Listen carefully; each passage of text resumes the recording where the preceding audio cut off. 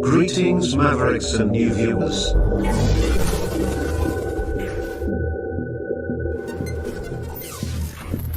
Tonight, direct and live from the Maverick News Network World Studios. This is Maverick News with Rick Walker.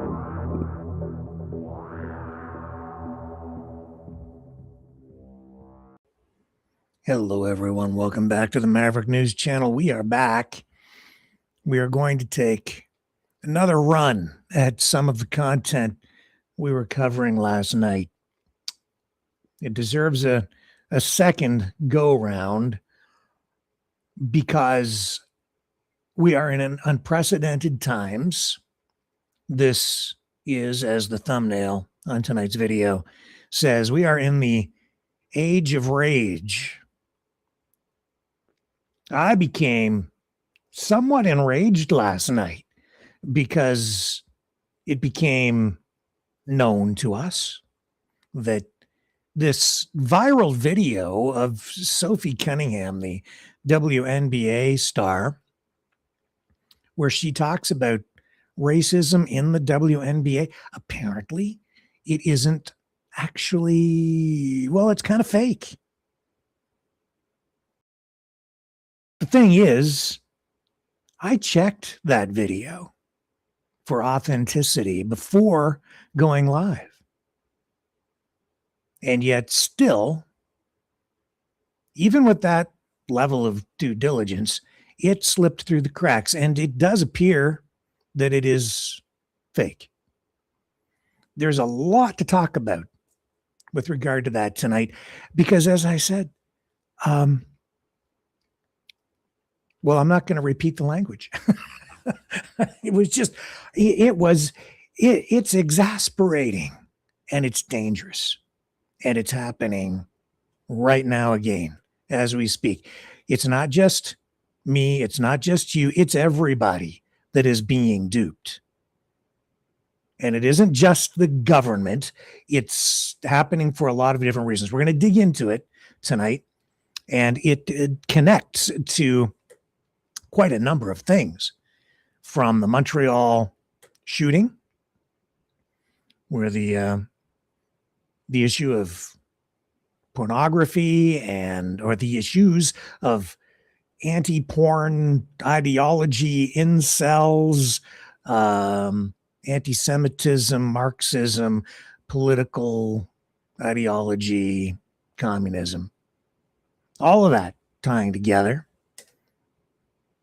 Also tonight, CUSMA, the trade deal between Canada, the United States, Mexico.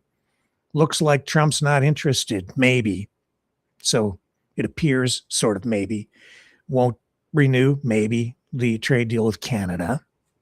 Deadline tomorrow. We'll talk a little bit about that. We'll show you also how it looks like Mark Carney is kind of backtracking, maybe even, I don't know if abandon is the right word, abandoning the climate change agenda as he pushes forward with a new approach to reshaping Canada's economy, which is something that I guess we'll need to do if there is no trade deal with the United States government while Trump is in office. Not sure where it's all going to go. I wouldn't panic. That seems to be that's exactly how the Donald Trump playbook is written. Extreme positions on everything, especially going into negotiations, the most extreme, and ask for everything plus the moon, 3 stars and the sun, and then the universe. So don't fret. We're okay for today. Things are still looking up not so good for Russia. Russia's kind of on the back foot. We'll show you why. Also, stuff going on in Iraq. I don't know what the heck to make of that. Some talk of maybe, you're not hearing a lot about that. There was a little bit a couple of nights ago. I'll touch on it. I don't know a lot. That's the point. And There's quite a bit going on around Cuba. Also, not hearing much about it, but there's a lot going on down there.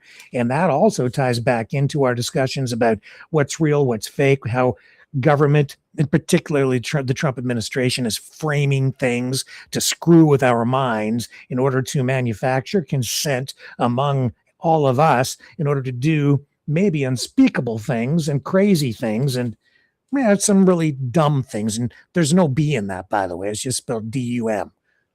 You can drop the B. It's the new age of rage. And birthright citizenship upheld by the courts today. If we have time, we'll maybe touch on that too. There's so much going on. Also, another court ruling that will open the gates to massive spending by super elite, mega rich, billionaire, trillionaire donors to political movements. So there goes democracy. And then Ian Dragon from Montreal is going to join us, I think by telephone, to take a second look at that manifesto from the Montreal Shooter,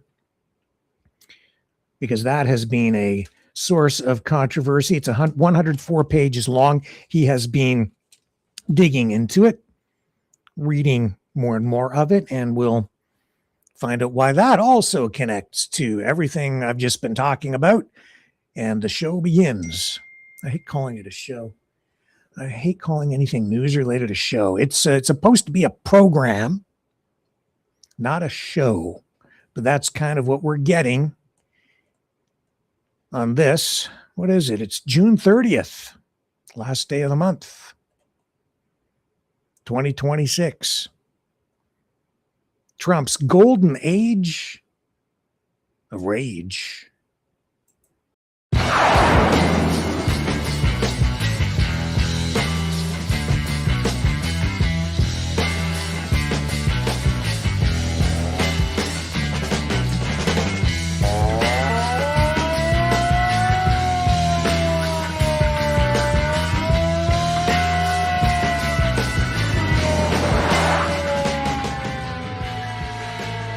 Maverick News. Fighting for freedom.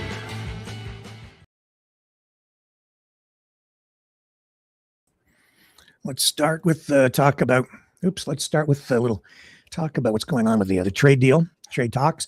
Carney, speaking today to media briefly, said he doesn't have his pen ready, but there is going to be a call tomorrow. When he's saying he doesn't have his pen ready, he means he doesn't expect any kind of a deal tomorrow or anything. It's just too premature, but they are talking.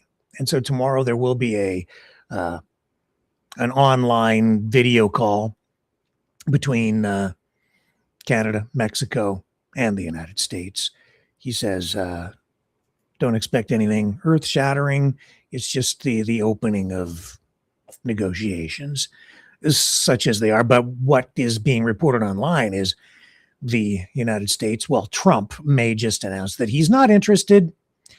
Suspending talks, not going to renew the deal, and that'll be the end of it. But I'm not so sure that will be the case. He might, but don't expect that to hold. I think there's going to be as much, this is me, my personal view, he might do that just to make waves, get people upset, ruffle feathers, get everybody worried, thinks he's strengthening his position.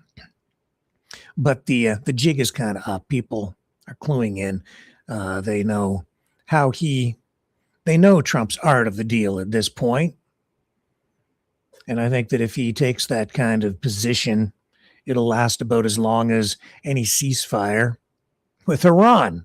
So don't fret, Canuckistanians.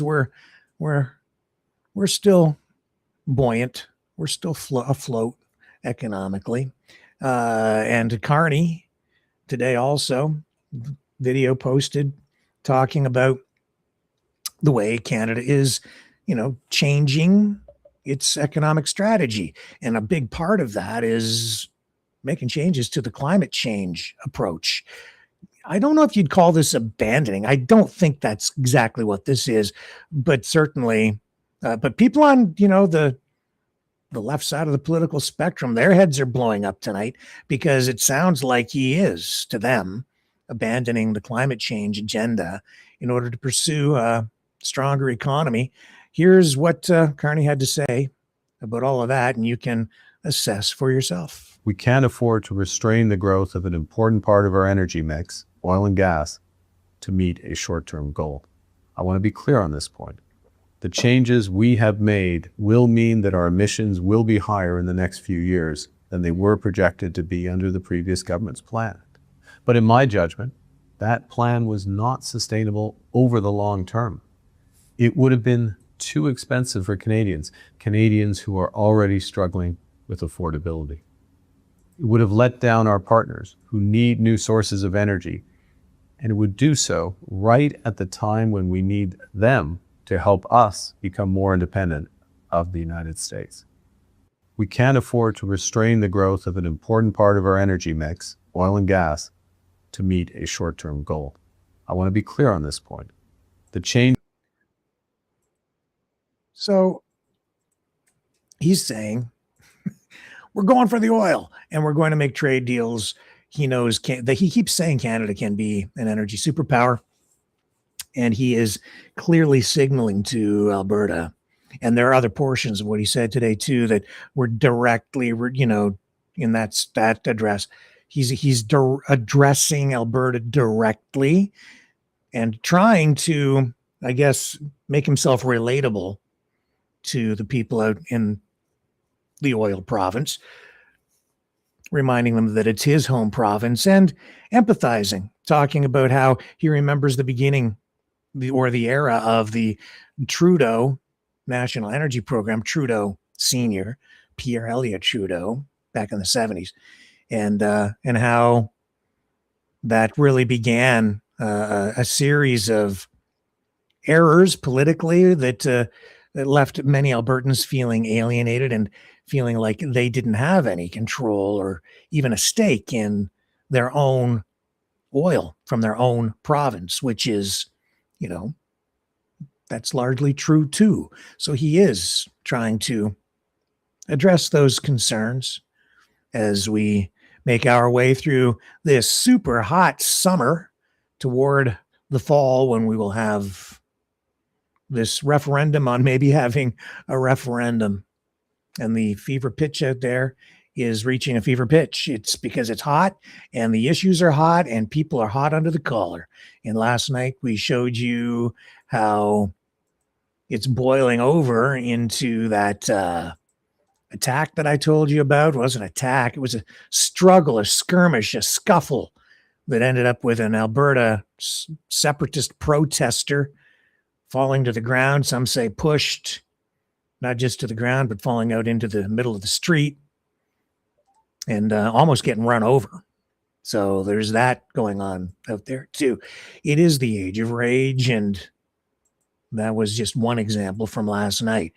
Now, when we do go to the phones with Ian, aka Dragon in Montreal, we'll probably leave them open too. So if anybody out there wants to call in and add some thoughts to what we're talking about tonight, that will be your opportunity later on in the broadcast. Now, speaking of rage, this story is enraging a lot of people. Trump's ballroom getting a $500 million deal. They've, I guess the White House has handed Clark Construction a $500 million deal to build the new East Wing ballroom. No other bids coming in, didn't put it out for tender. They just ran it through the executive residence. This is a small office that is usually used to just buy, knickknacks, decorations, redecorate the White House when the new president moves in, things like that. But this is a $500 deal. And this is a project that has ballooned, tripled in price along the way. Originally supposed to cost about $200 million, now about $600 million. That's about a little over $500 million. So that's got some people angry. You could see that one coming. And we haven't heard the last of it. The funding for all of that. It's certainly a different approach than what we're getting here in Canada with the restoration of 24 Sussex, the residence that would normally be used for the Prime Minister, but has fallen into a state of disrepair, as we all know. On the international front, things not looking good for Putin over in Ukraine. Crimea is on the edge, man. The Ukrainian drone attacks over there have been extremely effective. They've cut off all of the lifelines for Crimea, except for the Kerch Bridge, which has also been damaged and can no longer support heavy traffic and full loads going over to the peninsula. As a result, the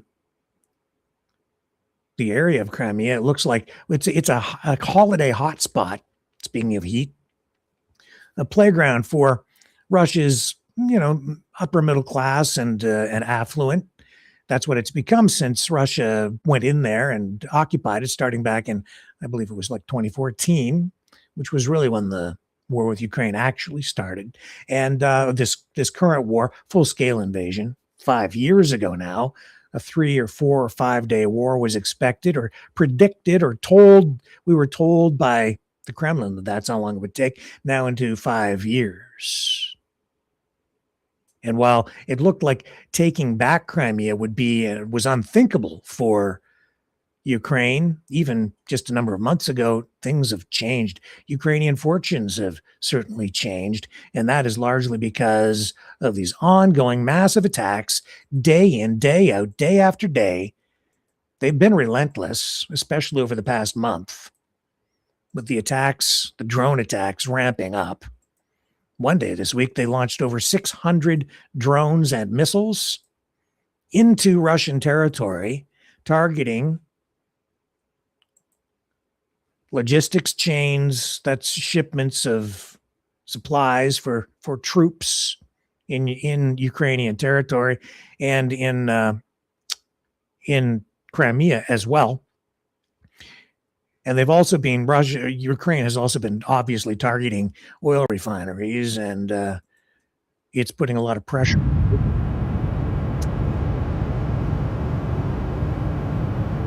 Literally to roost for Putin, and this is undermining morale for the war on the home front, so much so that there has even been an open letter written within the last day from a very wealthy Russian oligarch who is telling Putin that the cost is too high, that the damage to the oil refineries, the energy infrastructure is unprecedented.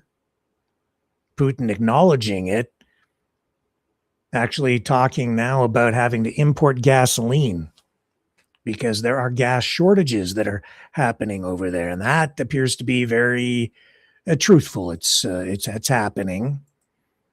I have to tell you that I have to question everything. With especially anything in a war zone right now, because there's so much propaganda, and truth has been a tragic casualty of war, the wars in Iran and in Ukraine as well. Now the war isn't just in Ukraine, it's in Russia, and this is what is happening at gas stations where you have long lineups for fuel and people are getting frustrated. Pull down the audio on that. This is a Fox News post, but these are social media clips from Russia, and they are fighting anger.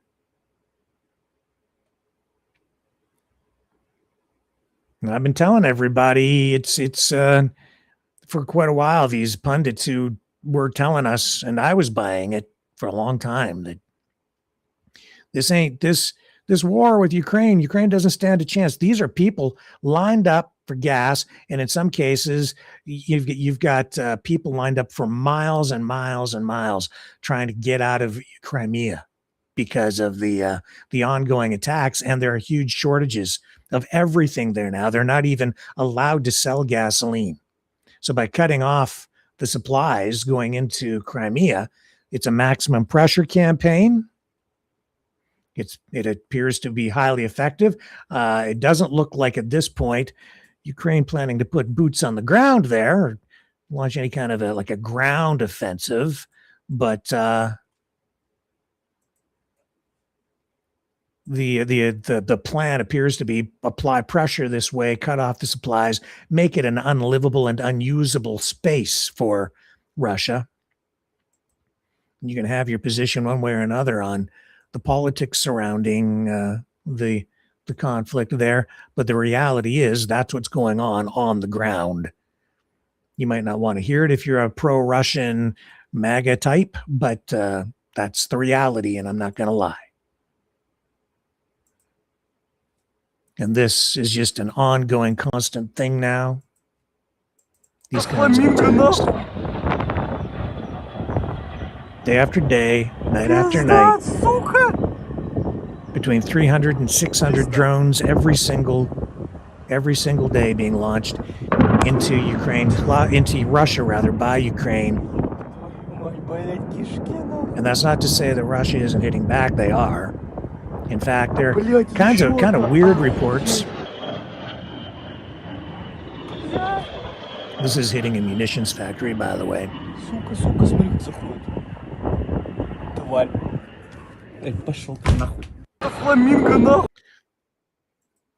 Strange reports coming out. I don't know what to make of them because there's so much propaganda that comes out from the Russian side. Because there's politics that gets played there inside Russia as well. It isn't just like coming straight from the government. There are political opponents within the country too that try to paint a particular picture or slant information a particular way that to benefit them politically. But what I've been seeing military figures, commentators in the West talking about what's going on over with the Ukraine conflict, talking about Putin ordering maybe a massive assault on Kyiv, to take Kyiv. Just the ramped up rhetoric about possibly using a nuclear weapon, not just against Ukraine, but actually using it against European targets, keeping in mind, of course, that for quite a while, Russia has been saying that they are at war with NATO and the United States, not just Ukraine. And they've made that assertion a long time ago, like a year ago, I think at this point now, Putin coming right out and saying it. Not acknowledged over here, kind of ignored. Empty threats is kind of the view, I think, that is being taken on the Western side. Could be, maybe not. I don't know. So far, we haven't seen that kind of escalation. There's something strange going on, though, around like the border of Finland.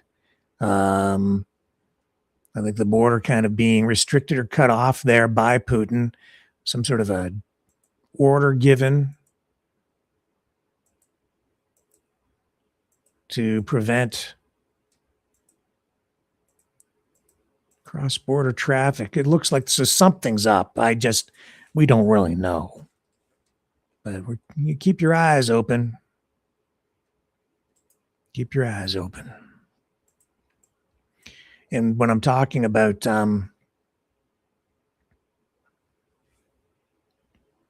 well, I'm not going to run the Tucker Carlson clip because it's just straight up propaganda with this Victor Boot guy and everything. It's just everything is freaking fake.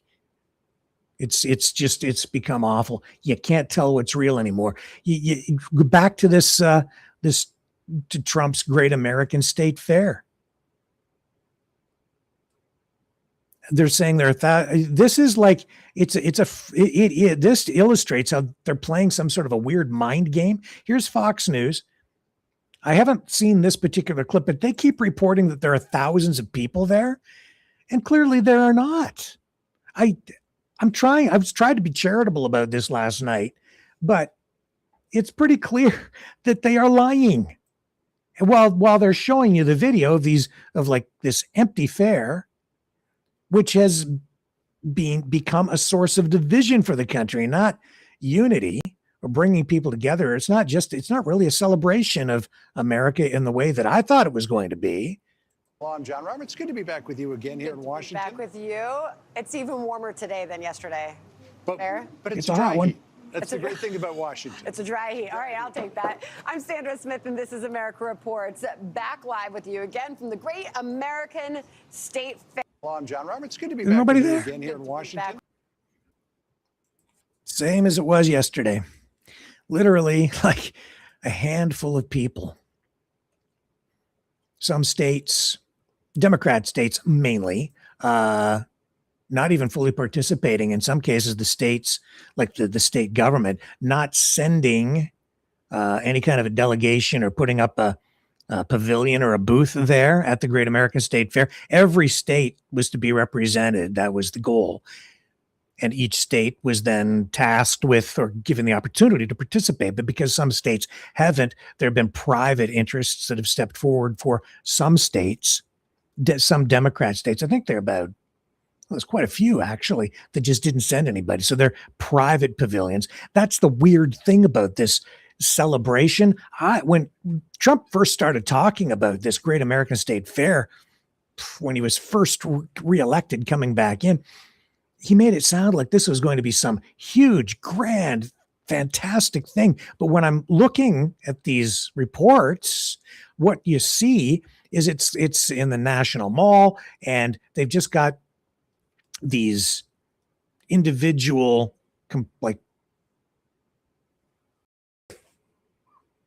presentations, displays inside these, small buildings, and then this massive empty field, a Ferris wheel, and I saw a beanbag toss thing for some kids. No wonder they're not getting a crowd. Oh, there's a stage there, a big stage where they put some bands up, and honestly, from what I've seen, a lot of the bands kind of suck, like really bad. I would think on July 4th they'll have much better entertainment. I haven't looked to see who's actually coming, but they hopefully they get a lot more people.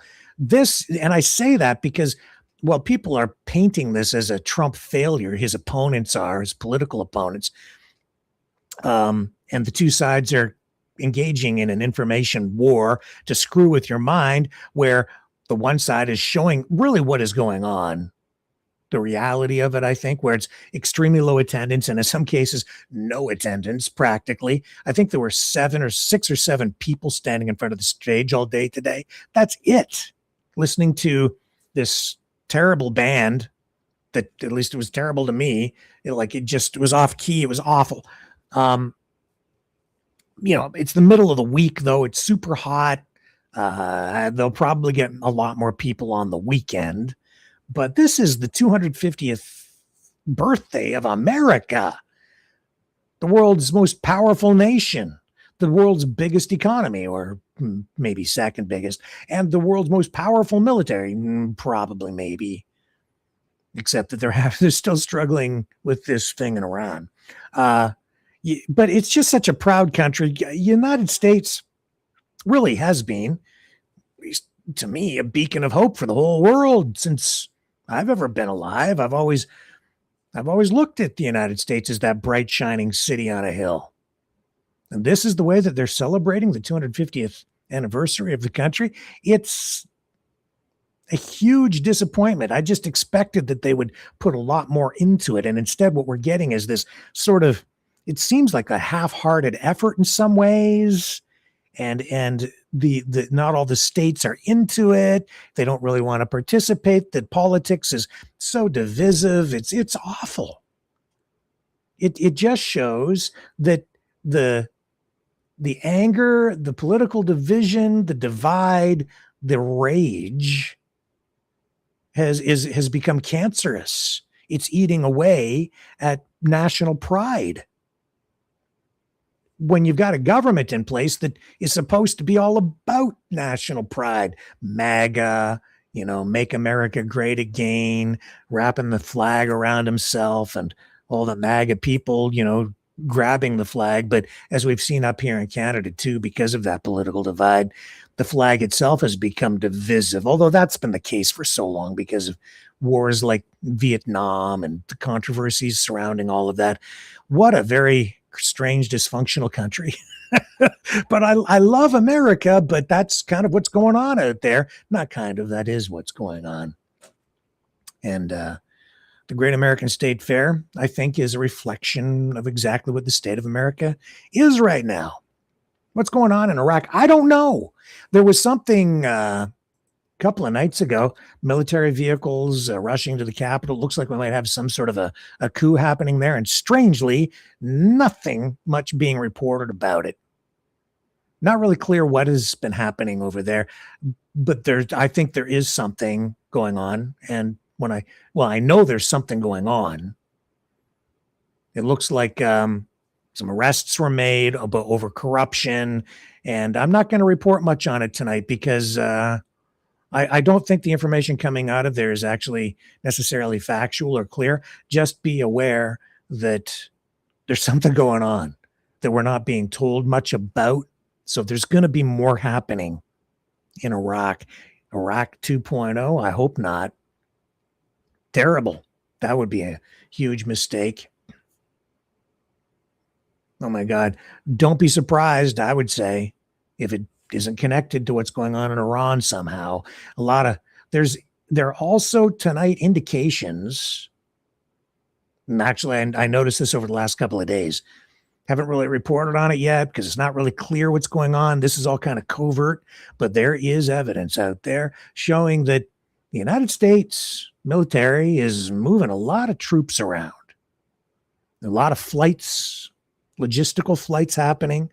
It looks like there's some major deal going on. And there's speculation out there that this whole MOU, Memorandum of Understanding, that is supposed to maybe lead to some sort of, productive peace talks and an ultimate peace deal, that it might just be all a ruse. They might just be buying time as they prepare for some sort of a really major ground invasion. I can't say, you can't say, nobody can say for sure, because I think it's all kind of hush hush top secret. But if you do the digging, look at the research, you can kind of see where some assets are being moved around, and it's very suspicious. Trump kept saying that he doesn't want to get into endless wars as opposed to putting boots on the ground. But because of the way everything has gone with the Strait of Hormuz, and because we have something of a ceasefire in place that isn't a ceasefire at all, and they're still firing at each other. I'm not sure exactly what the status is at this moment. But even after that MOU is signed,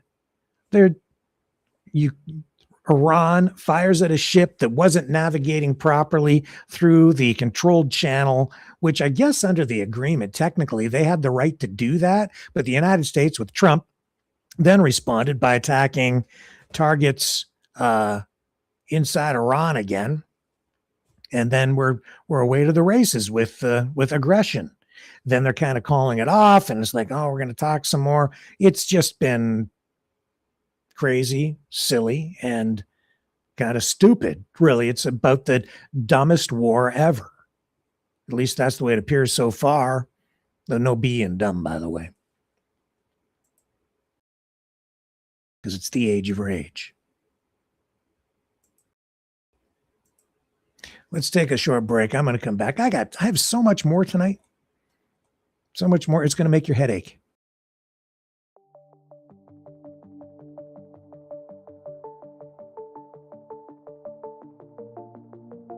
Greetings, brave Mavericks. Our quest for truth continues. We go beyond fake news. Together we expose propaganda. Together we pull others out of rabbit holes. We are maverick thinkers. We are all unique individuals. Defenders of individual rights and freedoms. Credible. Trusted. Grounded in reality. Maverick News. Maverick News. Defending free speech. Free speech. Donate at freedomreporters.com. Do it now. Tomorrow may be too late. Maverick News. The world is watching.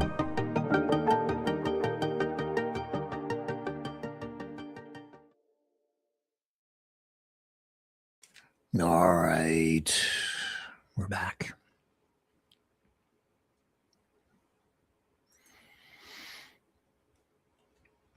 Let's just shift here. I'm gonna backtrack a little bit. We're gonna go back, and I'm gonna talk a little bit about what happened last night. I flipped out. I hate it when I do stuff like that, honestly. And you may notice that I took last night's broadcast down because it turned out that this stuff I was running about Sophie Cunningham, the WNBA star, it was fake. And so I was concerned. I don't want to contribute to the lying, right? So I took the whole broadcast down at the end because of that. Because if somebody watches that program and they only get that first part and they don't get far enough to find out that it's fake, then I'll be adding to that. So I pulled it. I might clip some of that program and put some of the other portions up later. I just haven't had time to do the editing. But if you don't know what I'm talking about, it's about Sophie Cunningham and that pointing video. She's the WNBA star. And the thing is, when I saw this video, it wasn't the video of her pointing at her opponent that really caught my attention. It was this other one where there's audio of her saying, let's call it what it is. It's just racism. This is the one that I guess is fake. But before I ran this last night, I did do some checking because I was like, is that real? Because I'm questioning just about everything. All right. These days. Is that really real? Did she really say that? So I did go online. I did a Google search. I found confirmation of this like being real. Here's the video. I'm going to run it again. Keep in mind, this thing has been manipulated. Okay. Let's just call it what it is, racism. It started with Caitlin Clark, and now it's me. Y'all see it. When white players start hooping at a high level, suddenly we're cocky, deserve to get hit, or we're too emotional. But let's be real, they just don't like seeing white girls dominating their game. I've been elbowed, shoved, even had players whisper threats during plays. And for what? Because I play hard, because I won't back down? That's not just physical, that's targeted. That's hate. And I'm not staying quiet about it anymore. If I get hit dirty, I'm swinging back. Period. I did it before, and I'll do it again. I'm not here to play victim, I'm here to compete. But I'll never let anyone punk me just because of the color of my skin. If you think I'm supposed to just take it and smile, you pick the wrong one. And Caitlin, she's been through the same BS. We see the pattern, and the league better start seeing it too. If you don't stand for fairness now, when will you? Okay, so that's rage bait. Okay, so I ran it because it is inflammatory. And if she really said that stuff, it's absolutely newsworthy. And it looked like she had actually said it. The thing is, even now, even after this search, it's not really clear about what she's actually said, what she hasn't said. She hasn't commented on this stuff. Not this particular aspect of it, but it's very concerning. And when Lori pointed out that it's fake, I lost it, man, because this is like what our platform is all about. I'm trying to get you closer to the truth. And then here I am. I'm running this, but I'll tell you why I ran it, because I checked the video before we started. I did a search, and that search led me to, I was looking for other media that would be credible to show that this thing was real and that it was true. So I found this, and I did also, I asked Grok AI to search, is it real or fake? A lot of people do that now. So I ran it through that, and Grok said it was real. But if you go on and you ask Grok today, sometimes it says it's real and sometimes it says it's fake. That's how bad everything is right now. Even AI can't tell whether something's AI, fake, real, edited, whatever, can't tell. So it's real. No, it's not.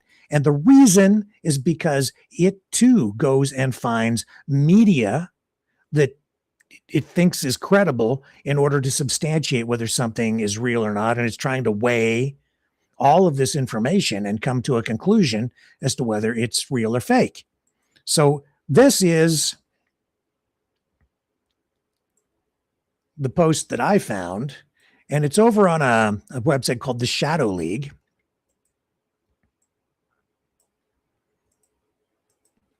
They share that they post the actual quote, and this was the one I was like, oh, okay, so this is a sports media outlet, okay. And Sophie Cunningham recently accused black WNBA players of racism, and the mid-Indiana Fever player continues to feed into narratives that Caitlin Clark won't. Headline, don't like white girls dominating their game, in quotes. Sophie Cunningham is willing to push divisive WNBA narratives. Caitlin Clark won't. If you scroll down, this online publication is focused on the cultural aspects of sport. It is focused. It's primarily, the demographic of this is that the people who subscribe to this are primarily black Americans, and they cater to that demographic. Okay. So here they are saying players around the league have gone on record mentioning how her fans act and carry themselves when talking about how physical players are when defending her. In fact, players have spoken out about facing racial slurs and online harassment. Who can forget the big mess former ESPN analyst Robert Griffin III made when he said Reese hates Clark following an early season altercation between the two. Here's the video, okay, again, being posted as part of this article. And the clip is supposed to have come from Sophie Cunningham's own podcast, I guess, at some point. Last night, I also went, before coming on air, I went and I found what was supposed to be the original source for it. I just didn't have time to watch like an hour and a half long thing. And I did go in and I found some clips that sounded like they probably helped make up whatever it was that they had cut together here, obviously cut together. But I didn't think that it was entirely taken out of context, because then I found it over here too. Social media also finding this stuff and referencing it as a credible source and saying, yes, it's real. Here's confirmation of it. Here's somebody else using it. But in reality, this whole thing was clipped together. I can't tell whether it's done with AI, partially with AI, whether it is pieces and clips of Sophie Cunningham speaking, and then the clips all kind of cut together, clipped, put together to make her say stuff out of context from what she's actually ever said. But it looks like she didn't really say these things. But right there's the quote. They just don't like white girls dominating their game. Let's just call it what it is, racism, Cunningham said. Now, the reason that is important is because when they publish that online, it gets into the metadata. It then becomes searchable. I've also found that when media outlets post first, it is first out of the gate. That gets traction right away. It's very Orwellian, but the way the system works is it puts that information front. Social media grabs that. They believe it.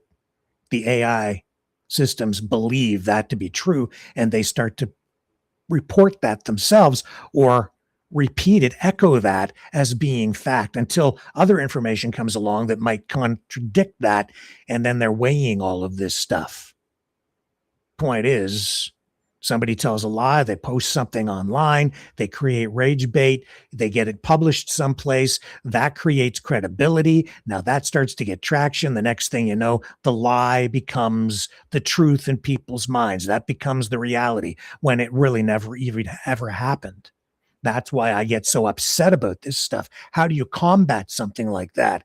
This thing was going viral. Now, it hasn't been picked up by mainstream media per se, or legacy media, or any of the major sports outlets. But this, to me, appeared to be something that was gaining a lot of traction. And that's because if you go online and look at what's happening on especially X, which has become this massive social media cesspool, if you go look at that, and you'll find like post after post after post after post of the MAGA sphere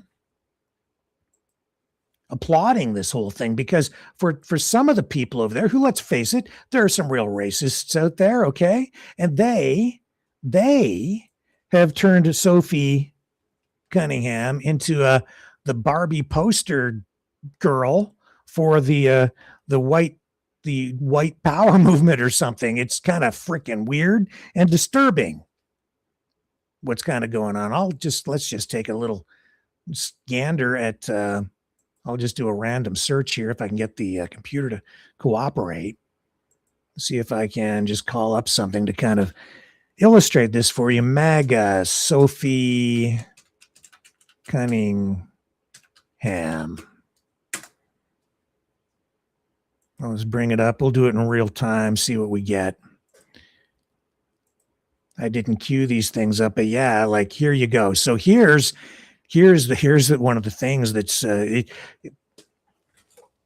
before I even do this, whoever created this thing, this is what's also maddening about it, is they can't lose. This is rage bait. This is a way to get a lot of clicks to a channel or a social media platform. And they know that a clip like that will piss people off on both sides. They know that there's prejudice all over the place, and anger and racial division, animosity, friction. It goes back to the 1600s. It's that deep, right? Slavery, the whole racial divide thing. It just persists. Civil War, South. It's present in the Great American State Fair, the Confederate flag, all of that stuff. You know what I'm speaking of. So they can't lose because they get people engaging with it online. The algorithms with X promote that crap because rage, anger, that's what engages people. So they reward that kind of content. It's fake. This is the thing. Social media platforms, this is incredibly irresponsible, but X, Elon Musk, they've done nothing to take that content down. I just ran it for you again. They're not taking it down, and it's not real. But they don't care. Sometimes they take stuff down, but generally speaking, they don't, because that engages people. That isn't government. That's a big tech oligarch and his super powerful social media X machine. He's just letting it run rampant in the name of free speech. Well, it's screwing with everybody's minds. That's not free speech, man. That is malicious social media content aimed at just taking advantage of you, exploiting you. And who's benefiting from that? You have Elon Musk, X, you have the advertisers, you have the Shadow League. I don't know if they created it. They may have. It looks like they're one of the only ones to actually have posted it. Maybe the original source. I don't know. I did send them a message today. I've tried to reach out to them. I've invited them to come on the program, including the author of the article, but I really doubt I'm going to get a response and have not had one back so far today, asking them specifically about this, because I would like to know, did they edit that video together? If they did and they say it's real, then I want you to prove that. Show me the original source, because this is confusing people. It's very harmful. It's not serving the public. It's serving them. They benefit. Advertisers benefit. Social media companies are benefiting from it. Some political groups feel like they'll be benefiting from it. The people who want to fight, they benefit from it. Politicians who use this stuff to divide people, pull people into their political camps, get them to donate, get them to vote a particular way, they benefit from it. But you know who loses? America loses, you lose, I lose, we all lose, society loses. They're not serving the public interest. That's what my pledge has always been here. Somebody asking me the other day, would you lie in this certain circumstance, or asking me about my commitment, I guess, to telling the truth, because I've said, I will never knowingly lie to you. Well, this is exactly what I'm talking about. I don't want to participate in this crap. And that's because this stuff is dangerous. It damages our democracy. It damages our relationships with people. It has taken the country to the point where you can't even have a 250th year anniversary, a celebration, without it being entirely political. Some states practically boycotting it, people not that interested in it, people fighting over it. And we're, in some respects, maybe even at the brink of a civil freaking war in the United States of America over this kind of crap. Because people are using this to profit, to benefit, to serve themselves. And that's why I got so damn upset last night, because how do we fight this? I don't have all the answers, because this is an entirely new medium. And it's every day it's becoming harder and harder and harder to tell what is real, what's fake. I just don't know anymore. And even though I did my due diligence, I can't tell. And it's not just here. It's not just that. This one was really bad, because it's a double-edged sword, that video. The Shadow League posts that, puts it in that article. They can't lose. White people who are racist get upset and raged, but then they prop up Sophie Cunningham, and there are literally videos out there, and let me see if I've got any of this stuff, okay, where they're portraying her as like literally a Barbie.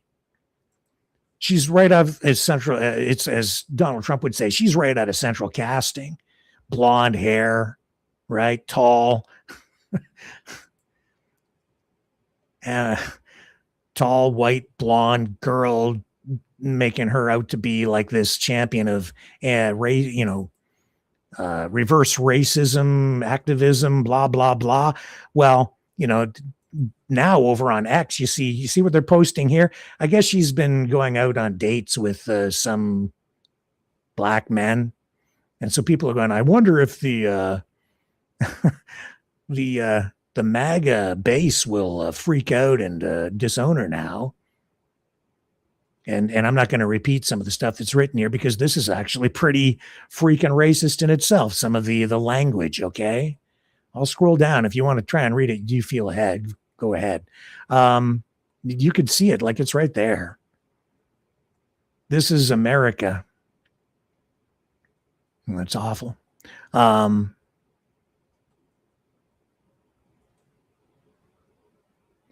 WNBA player Sophie Cunningham did not release this statement endorsing Trump. See, there's another one. MAGA is so desperate for celebrity endorsements that they frequently share fake ones.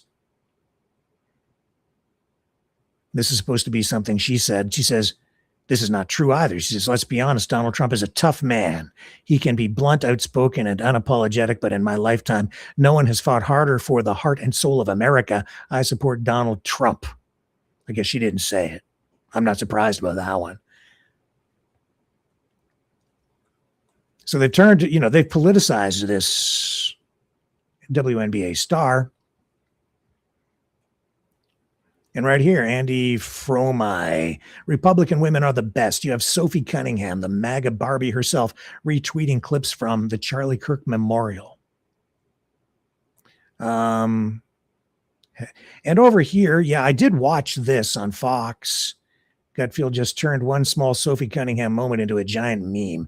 And honestly, this is exactly why the internet moves faster than the media can control. One clip, one reaction, one joke, and suddenly everyone is talking about it. Well, the usual talking heads try to still set the narrative. They don't. The people do.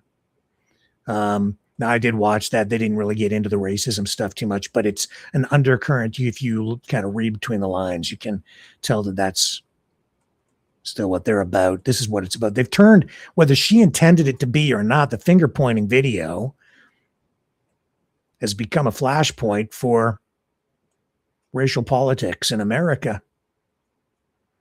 and she has become a meme. And the videos, you can't tell what's real, what's fake anymore. There's tons of fake stuff with her out there. That's the real deal right there, though. That's the finger pointing.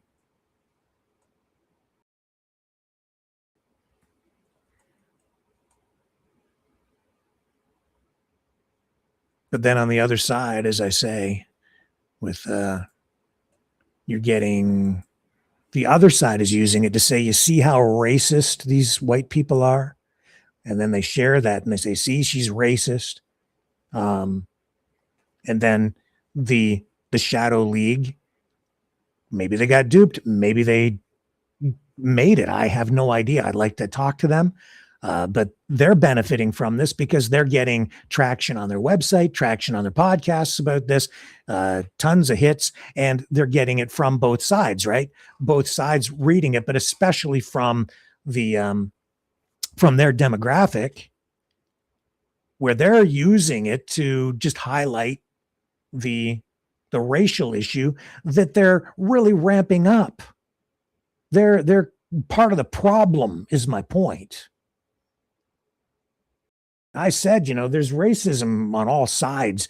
Prejudice is, for me, what it really comes down to. It's prejudging people, prejudice, basing a judgment on incomplete information. Oh, look, that person is short, therefore they must be whatever. Look at that person, they're part of this political party, so they must believe all of these things, and that may not be the case. Look at this person, they are purple or green or orange or black or white or whatever color, and then making an assumption that you know everything about this person, or as much as you need to know or even want to know, and you group them in.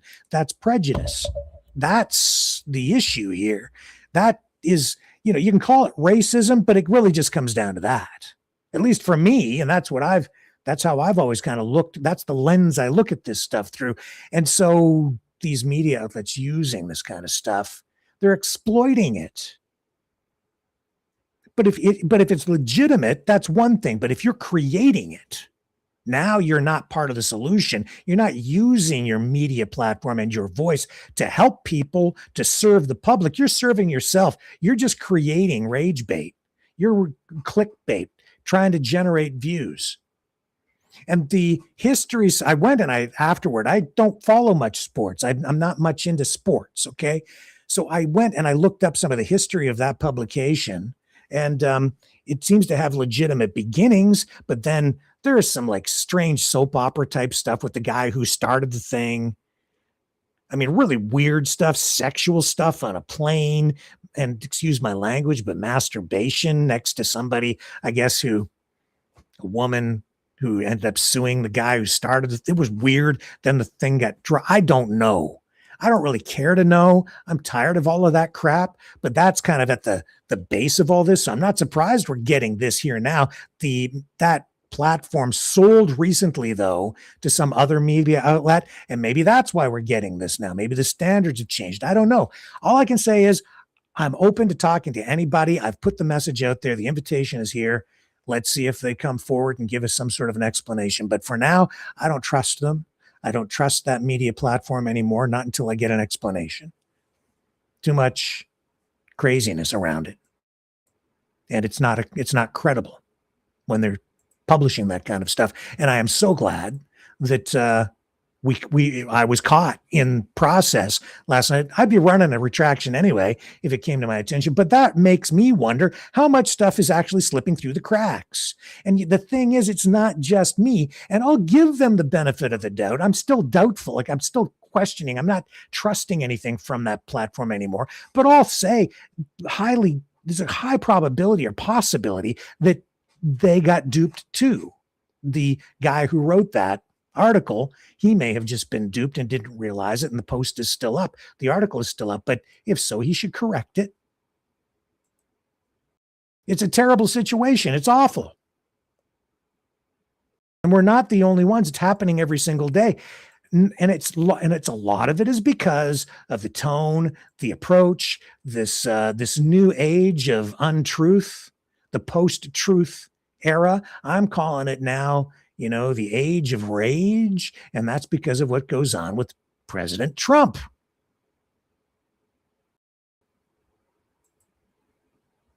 What am I talking about? Well, I'm talking about his golden eagle, which I mentioned the sort of Statue of Liberty thing with the wings on the top of the model triumphal arch at the Great American State Fair. And I was like, what is that all about? It, for me, it looks very Romanesque or maybe even a little bit Nazi-like. That one, the Statue of Liberty thing, that to me looks very Roman. This one, I see the similarities between this and, yeah, an eagle from the Nazi era in Nazi Germany. Let me see if I can find the post here. So, but the thing is that this is a golden eagle that Trump posts on social media saying he unveiled this and it was a gift to America, but it's not real.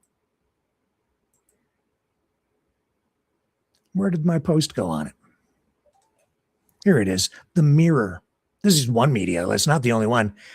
They've done a story on this because Trump posts this thing and it looked like it was legitimate, right? So they've done a whole news story on this thing as though it's really happened. But it is not real. It's just a thing he posted online, but it's sparking a lot of controversy because of the way this golden eagle, Trump's new golden eagle compared to Nazi symbol, an alarming White House update.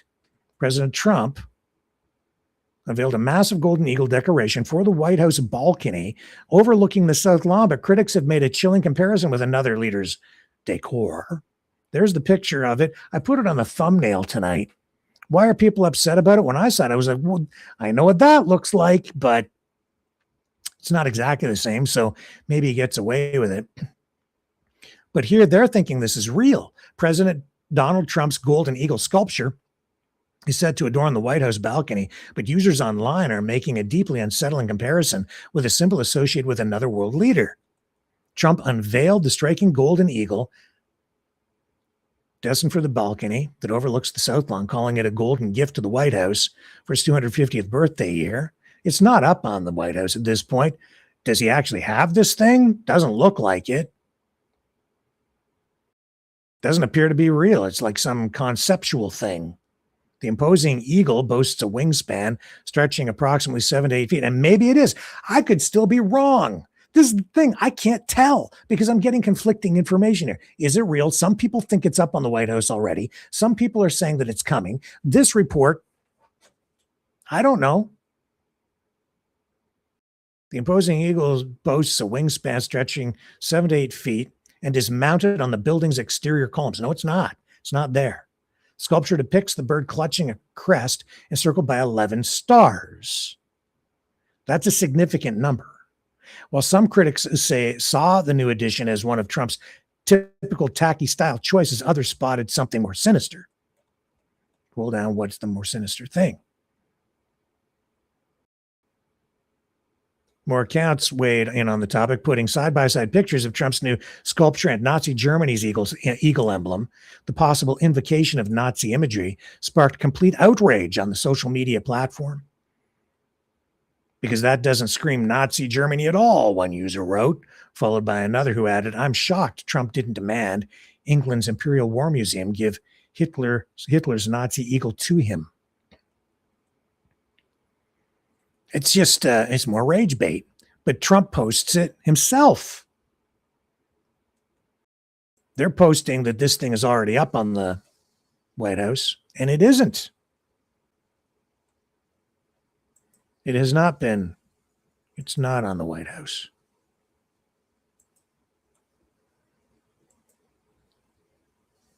Fake news or duped news. I don't think they posted that stuff intentionally. But it's not real. It didn't happen. It's not there. And the 11 stars that I say are significant, you know why? Those are the 11 Confederates. They said to represent the 11 Confederate states. You know, you would think that it would start with 13 maybe. But no, it's 11. Why? Maybe the Confederate States. What is that? Is that like a dog whistle to the racists? I don't know, man. I don't want to believe this stuff, but it's all there. I was like kind of taken aback by that triumphal arch Statue of Liberty winged angelic thing where they've taken, I think this, to me, that is a symbol of hope to the world. It was given to the United States as a gift from France. Give us, weak, you're hungry, the poor. It's about liberty. It's about freedom. That's what the Statue of Liberty is about. By adding the wings, they're adding something angelic, Christian about it, because let's face it, this is where they're going.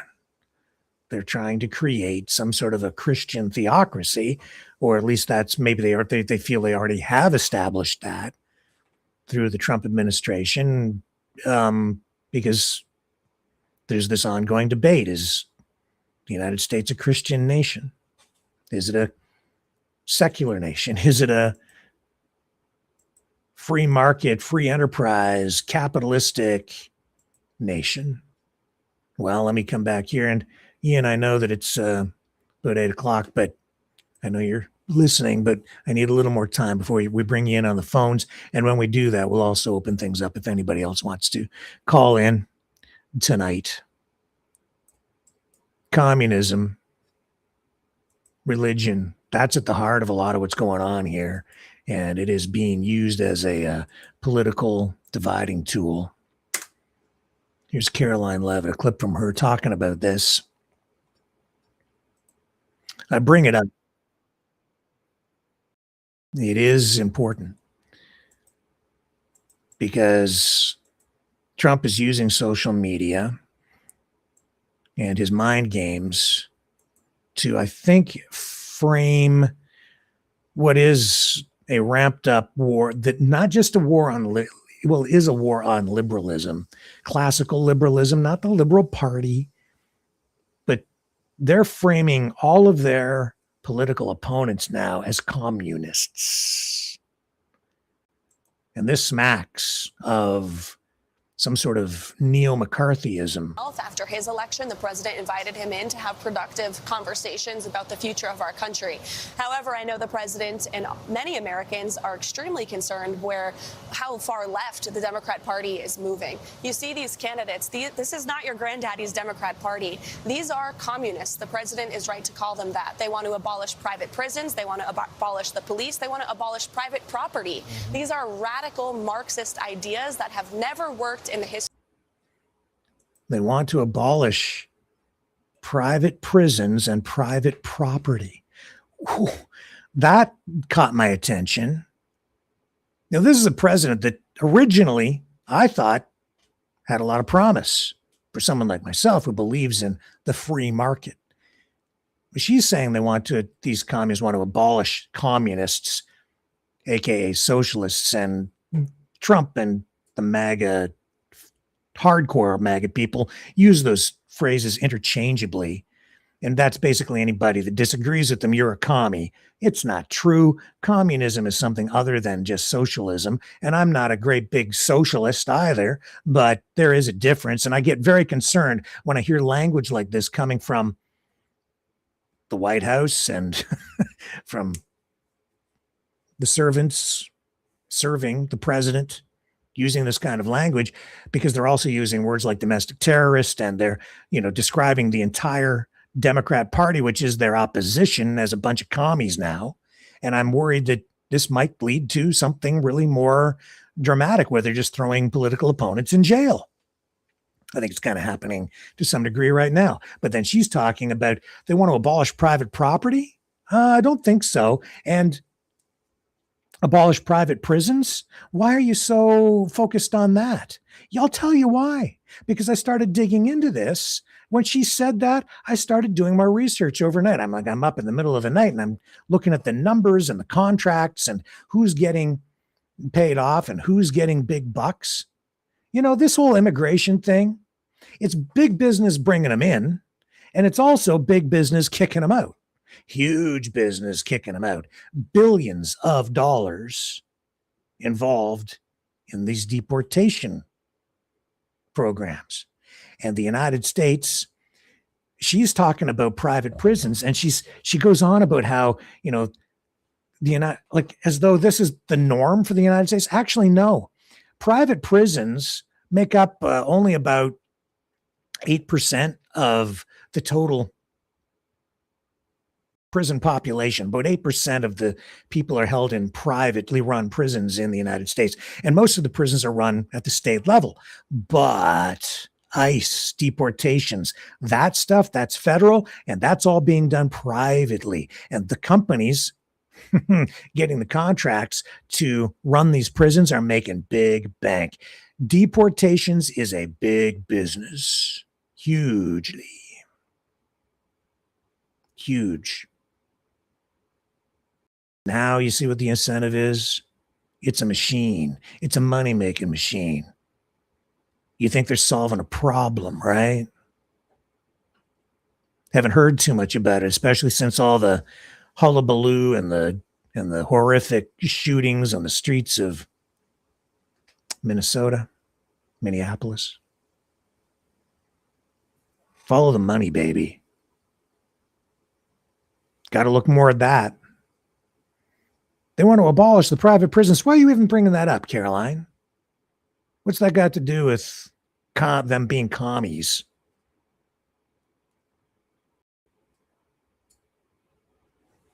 You ever look into, do you know your history? World War II, Nazi Germany, Adolf Eichmann, arrested after the war, put on trial, post-Nuremberg, paper pusher, scheduler, the guy who scheduled putting all the Jewish people and the prisoners and the people being sent to the concentration camps, he sent them off to these places. Well, you look into that stuff, and well, the camps themselves were administered, like run by the government, like day-to-day running of it. There were big companies that were making big bank involved in setting up those concentration camps, in running them, in the slave labor, because the people taken to those concentration camps were used as slave labor for German industry and to help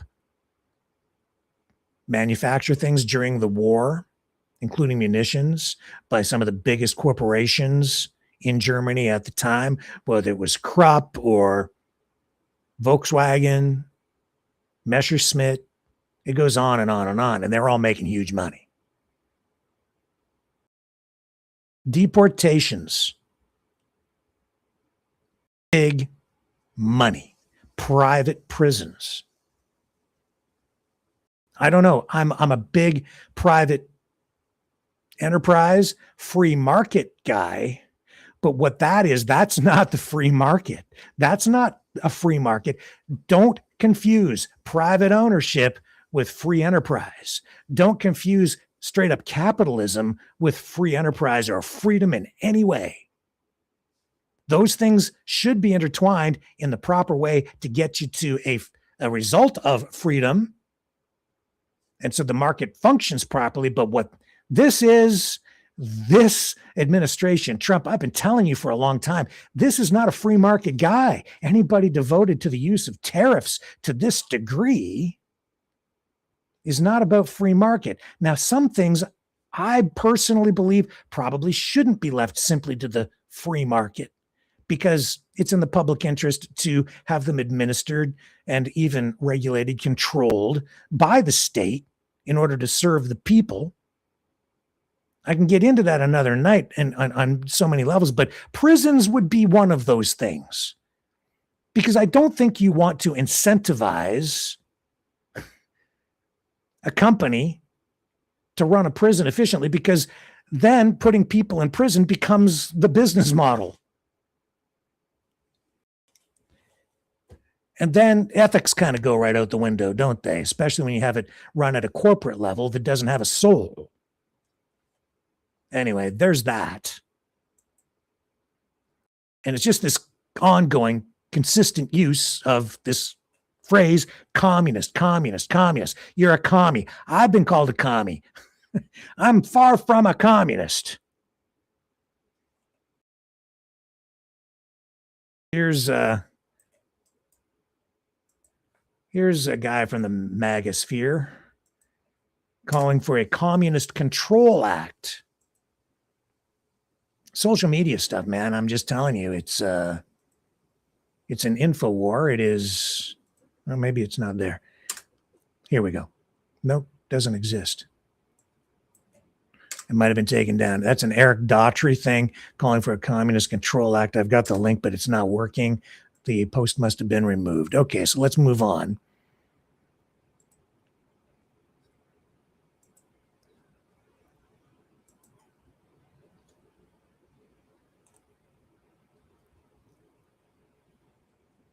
Marco Rubio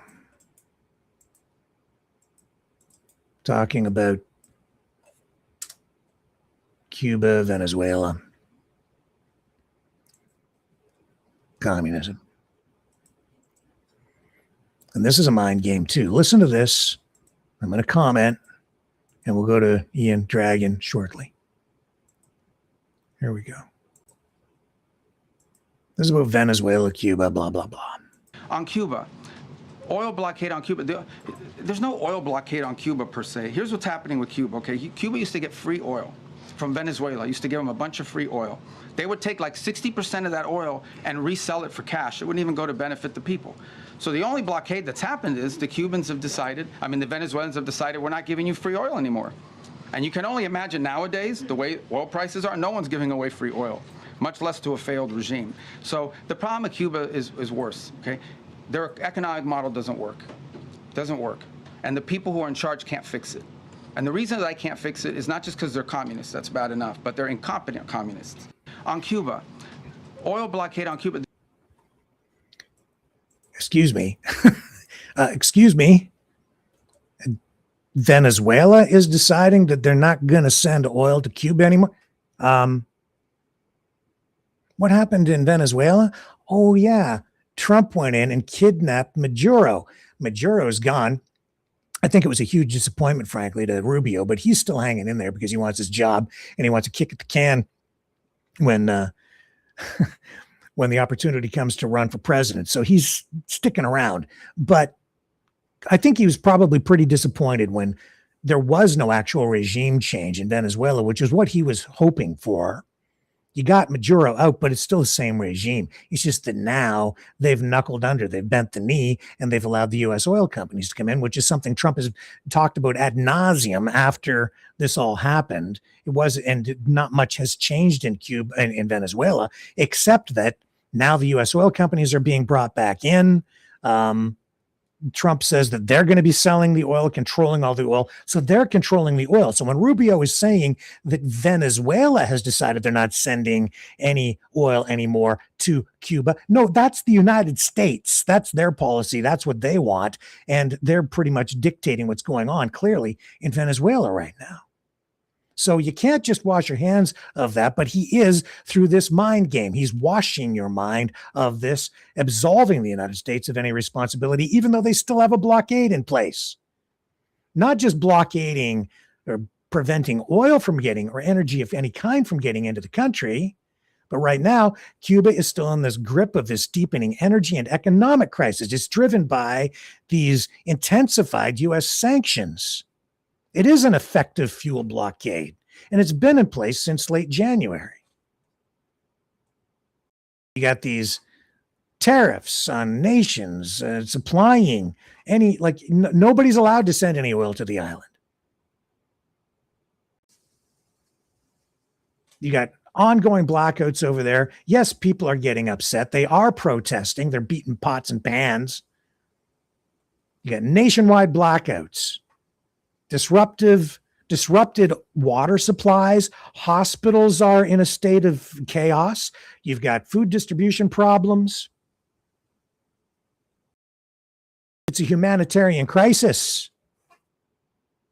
Rubio in another clip on there talking about Iran in the last, I think 20, well, just, I don't know if it was yesterday, but he's going on about how the world should, all the allies, NATO, all the other countries of the world should be able to get behind the whole idea of preventing Iran from firing on ships, blockading the Strait of Hormuz. He's listing all of these grievances that he has and the Trump administration with Iran. But as you go down the checklist, it's like every one of the things that they're accusing Iran of doing, Trump is doing off the coast of Cuba right now.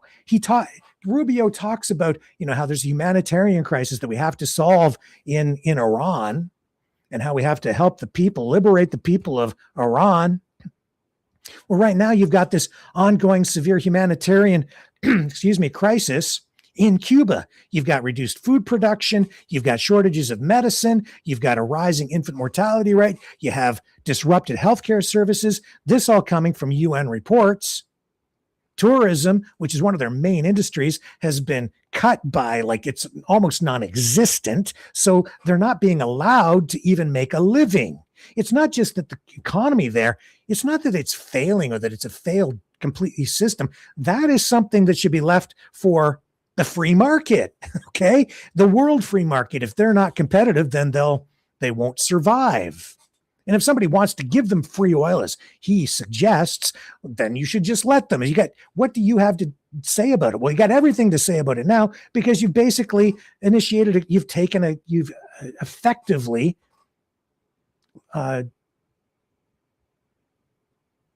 perpetrated a coup inside Venezuela. You've taken over the country, or pseudo control. You've got a puppet regime in there now. And so you've got these diplomatic talks still going on between Cuba and the U.S., but they're not letting up the pressure. It doesn't matter what Cuba is doing. And Rubio wants regime change there too. And I guess they probably want to go back to the way it was, pre-Cuban Revolution, like in the 50s, when you had the mob in there and organized crime running casinos and, living off the fat of the tourism industry in Cuba and controlling all of that and putting it under American control again. And that's really what it was. It was a playground for Americans and other people from around the world, but it was also a money-making machine there was a lot of organized crime in there. That is the truth.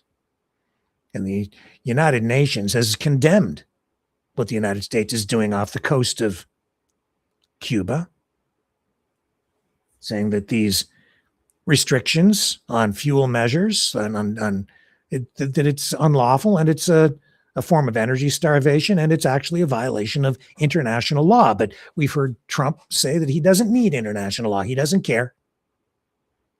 Doesn't apply. You want to talk about globalism? Start giving your head a shake and start asking yourself, what's globalism really all about? The UN gets the blame. All the United Nations, that's plural. That's a bunch of nations respecting each other's sovereignty. And while I can understand the argument of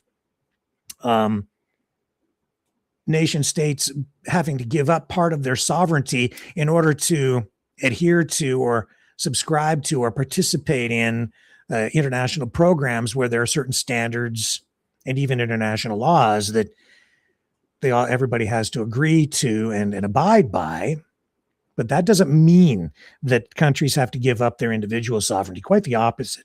So these arguments that, I've largely entertained over the years, but with Trump in power, I'm seeing how that's playing out. And the reality is the United States just wants to, under him, he just wants to walk away from all that and just ignore any kind of international norms and not respect the borders of other countries, saying he can just pretty much do whatever he wants.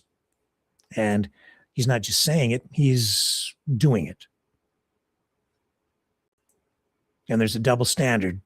You want to talk about a two-tier justice system in your country? How about on the international stage? I believe in the United States. I do. And there's like two Americas down there, like on every level. The United States is a dysfunctional, bipolar, multipolar society. Doesn't run smoothly. It's not even really a true democracy, but it is. I mean, it's a democracy, but it's not as free or as democratic as Canada. Although people will tell you otherwise, especially the brainwashed who want to destroy the place. My country, as flawed as it is, it's much more democratic, and I've talked about it over and over again, and the people telling you otherwise,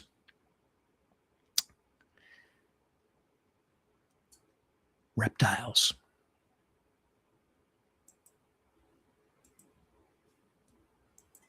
Just saying. Because in this world, this age of rage, Trump's age of rage, everything is upside down and inside out. Can't tell what's real anymore. You really can't. It's dangerous.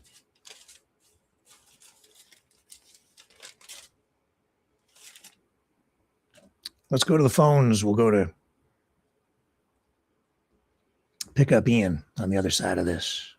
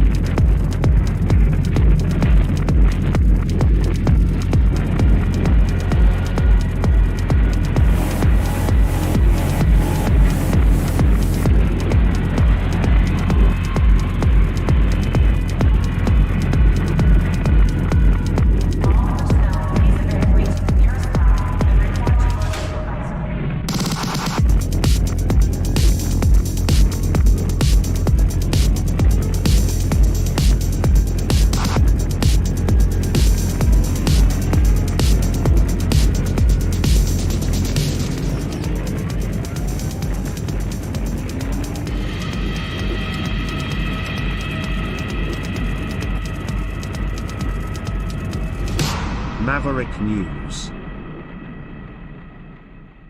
The world is watching.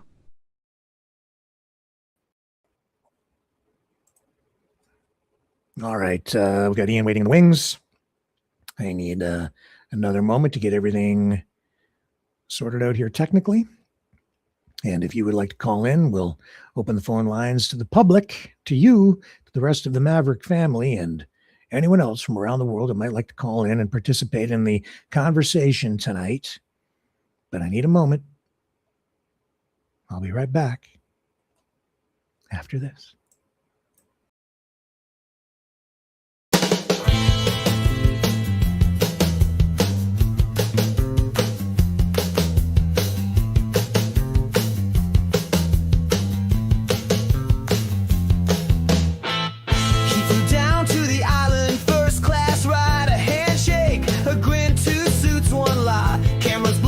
They both look clean, but the guest list redacted, if you know what I mean.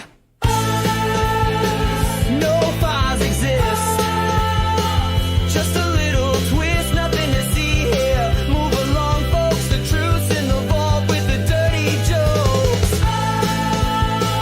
No names released, justice deceased to protect the victims. And Donald Trump, shh, don't say the name, you'll get dumped.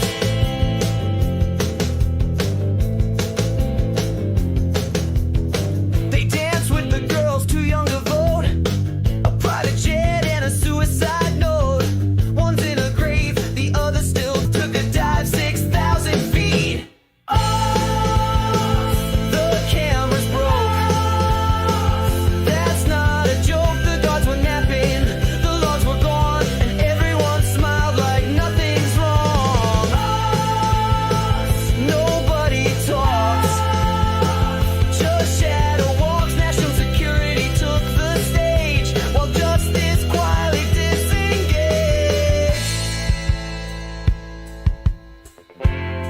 We can't release the names to protect the victims. And also Donald Trump. Coincidence? just dumb luck. Right?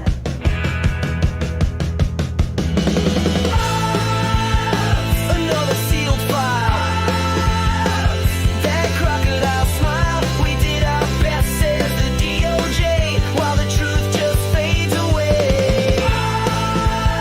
Another news spin.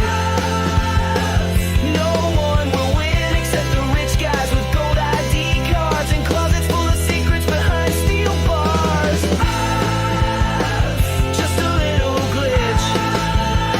A billionaire's privilege. That's the sound of the case. Closed. All right, let's bring Ian, aka Dragon from Montreal, in. Hello, sir. How are you tonight? Doing great. Well, thanks for coming back. So we spoke earlier today. We talked about what you've been doing, which is going through this manifesto from the Montreal Shooter at the business, or the, I guess, commercial complex, which was also home to the head office for Pornhub. And this is kind of a second look at this manifesto because it's 104 pages long. Of course, you have access to that, and you've been reading the whole thing. And this kind of ties into social media, fake news, mind manipulation, and the way, and we're going to be talking not just about what's in the manifesto, but the way media has been covering this story and the manifesto itself. So with that little bit of a prelude out of the way, what have you found inside this 104-page monstrosity of a, whatever it is, manifesto? Well, a lot of resentment, a lot of conflictual fact or conflictual ideology that doesn't really apply together, but he tries to make sense of it. And in his world, that made sense of something. And this is basically the world that we're living in, and that's why he did what he did. And what I'm trying to portray here is the way that social media basically gave him that opening, if you will, or that sense of entitlement in doing what he did. So let's go through that. So I guess part of the reason we're going through it is because various media outlets have been reporting on this in different ways. You have some mainstream outlets that are saying this guy was an incel or an involuntary celibate with grievances largely against women, misogynistic. You have other people saying that he was a right-wing lunatic. You have the people at Revel News saying that he was an anti-Semitic, crazed communist or Marxist, right? And that was his motivation. And then some other people saying that it's more of a mix of political ideologies, and he seems to be was a very mixed up person. And so give us your, overview, your take on what this guy was about. What was his name again? The name was Seth Scott Hatfield. Right. And the guy was basically, I will say it, he had a lot of misogynistic grievance toward capitalism. And actually, I wouldn't say that he was Marxist, probably against it to a certain degree, because he does actually a few quotes and bring that surrounding what he thinks. But I don't think it's Marxism to a certain degree. It's probably a new branch or something along those lines, but it's not quite Marxism. So there's a lot of conflictual in what he does. And I don't think that he's really having like one particular denomination of politics in a certain degree. But yeah, too late to ask him because now he's not with us anymore. So yeah, well, he was killed at the scene, and then we had police officers shot, a civilian killed as well, right?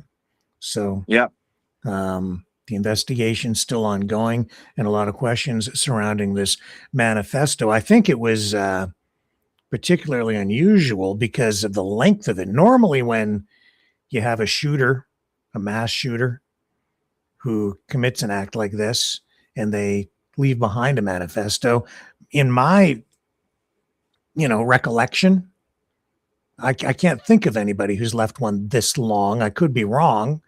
Maybe have been some, but normally they seem to be much shorter, maybe a few pages to 10 or maybe 20 or 4 or half a dozen. Like they're generally not that long.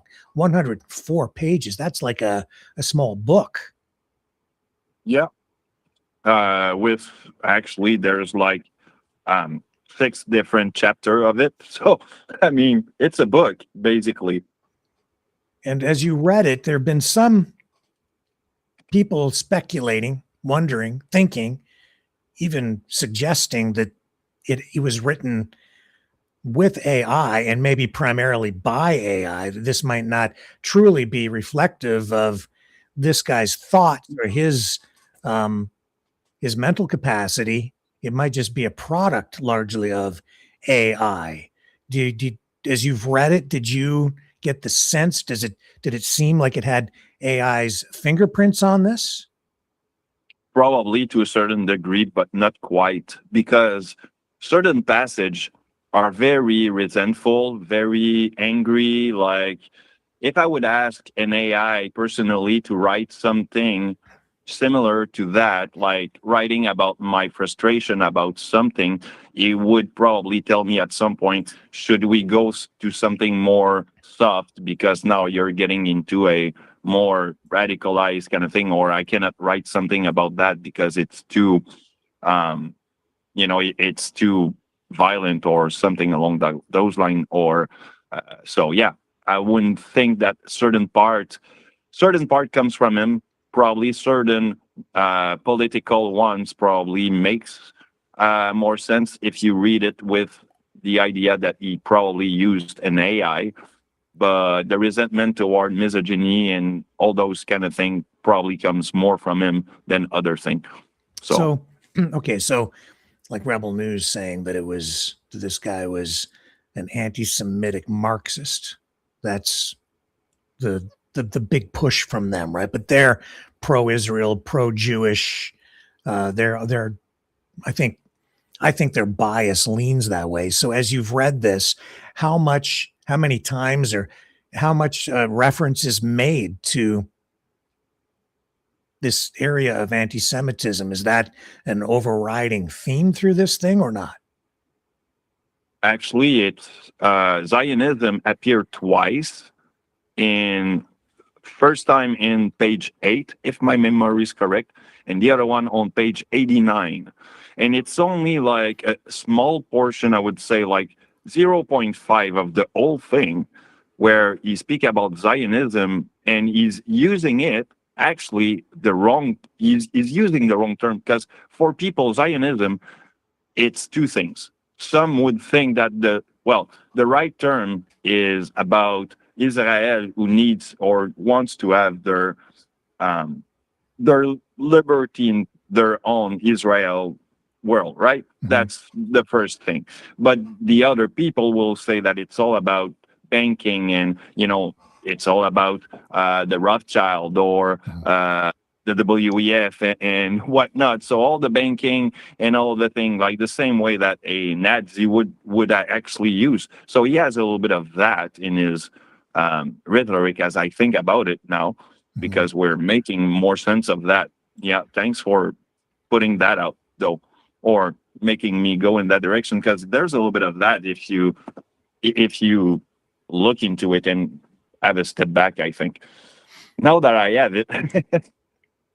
Okay, and any other observations after having gone through this thing? Your feelings, thoughts? So I did try to basically make a psychological assumption of the guy basically through the whole thing. And from what I get, he was pretty isolated, thought that basically capitalism is a project of the lesser monogamic or old school kind of sexual tendency that we have today, kind of thing, and the hypersexualization of the world, which you would call hypergamy. So basically, he was using at some point the Patrick Bateman from Psycho picture, from the one from Christian Bale in American Psycho, to give you an idea of how this guy was probably not right in his mind. So he was making reference to the he was making reference to the film American Psycho and the portrayal of the character by Christian Bale in that. That's it. In this manifesto, also talking about hypergamy, which is about dating up, and how men today, I guess, in his view. Well, women too, actually. Yeah. Because there's a lot of what he says is that, for example, women that wouldn't have a partner today or being in a relationship with someone would probably do that because they can have the liberty to, well, have sex with anybody they want when they want it, and basically being hypersexuated in a certain way. So, yeah. And that all plays into what's going on in social media and the manosphere and the looks maxing and all this hyper masculinity, about that too, which is part of the whole MAGA thing. Yeah. He speaks about the favorite male, and favorite male is basically the beautiful, genetic, good-looking male. So what do you have in there? You have, like you said, the overmaxers, which they will kind of, well, bypass their genetic by using, ways to enhance their profile. Mm-hmm. Mm-hmm. Well, some media, let's see, this media outlet here saying that it's their view that he's not left or right.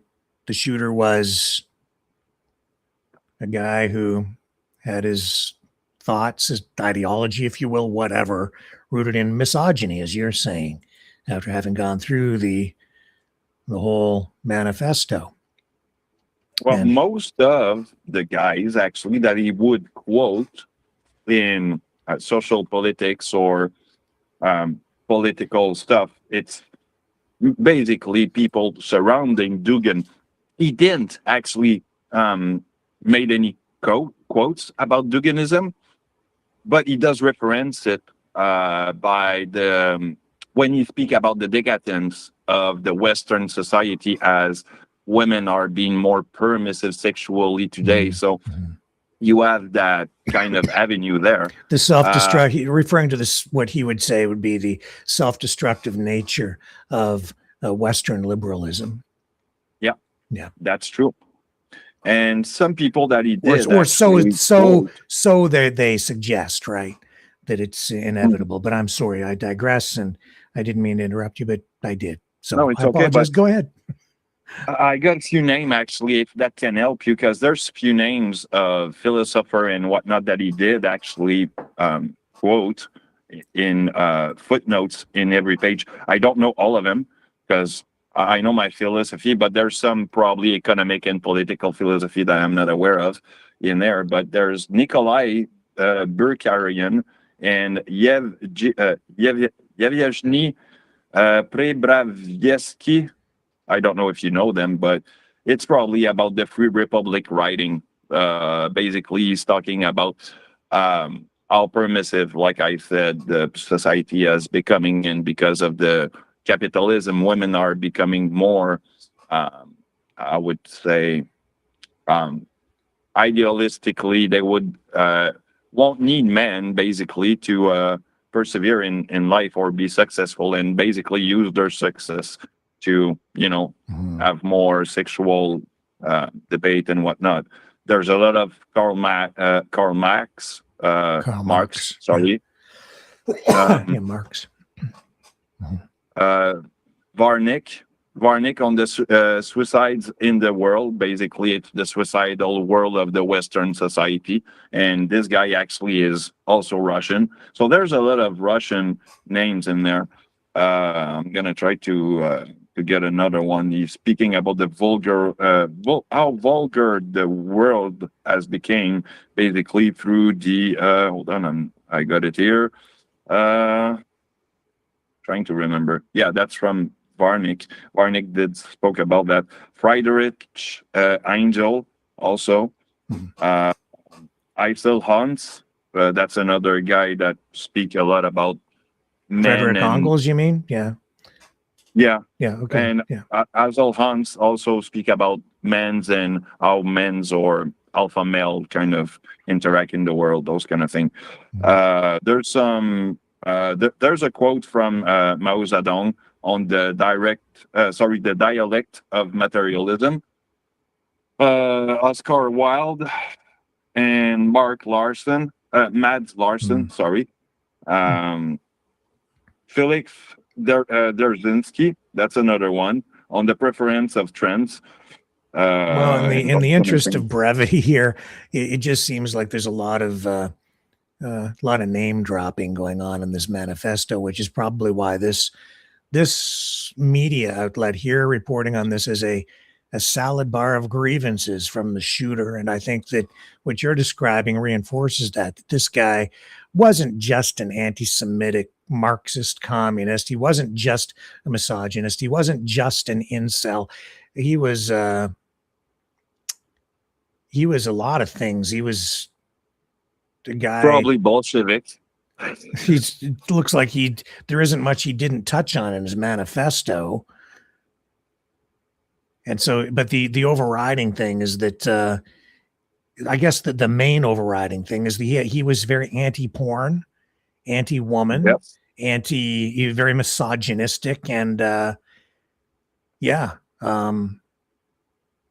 and he does also speak about against the LGBTQ phenomenon and things. Yeah. So there's so he, like you say, he's conflicting a lot of grievance all at the same time. Just your opinion, or maybe your observation or your personal experience. All of those issues, when you're speaking to people in our circle, or when you're speaking to people and you're out, like when you go to a political rally or a protest or whatever, or when you're online, what group of people would you say this guy would fit in most with? Would it be people within MAGA, or the communist groups, or the socialists, or the liberals, the conservatives, or does he fit in anywhere after reading this whole thing? It's kind of hard, because by speaking against the communism and basically against the American hegemony, if you will, and the way that they use pornography to basically be an economic boomer, if you will, I wouldn't say that he's fitting with the MAGA. He's not fitting, probably conservative to a certain degree, but yeah, old school conservative, like Christian conservative, maybe. It's hard to tell, my friend, on this part. Interesting. Well, we'll open the phones if somebody wants to call in and participate in this at all. It's again, kind of a touchy subject: racism, misogyny, all of these sort of darker issues in play here now. But I meant to put the phone number up, not the donation thing. But if you do want to donate, that'd be great. We could actually pay a bill or two. That'd be a novel idea. But if you want to call in, assuming we can pay the bill for the phone system, 1-647-734-4220, 1-647-734-4220, PIN number 860-075-764, followed by the number sign or hashtag, and I'll leave that phone number running on the ticker down on the bottom of the screen. And Ian, we'll take a little break here. And in case somebody does, there's some people maybe, I don't know, if they want to call in. And in order to kind of kick that off, if that happens, don't know who's out there listening tonight, but this is the number if you want it.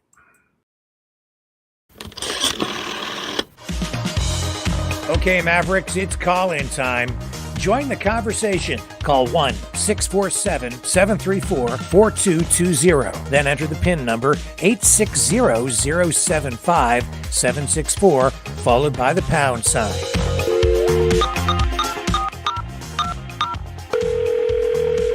Exercise your right to free speech.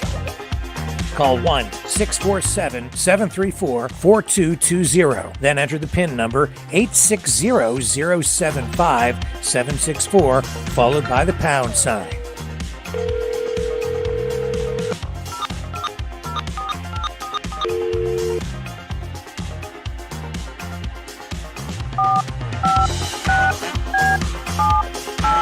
Call 1-647-734-4220. Then enter the PIN number 860-075-764, followed by the pound sign. Maverick News. Call now. The world is watching and listening to you.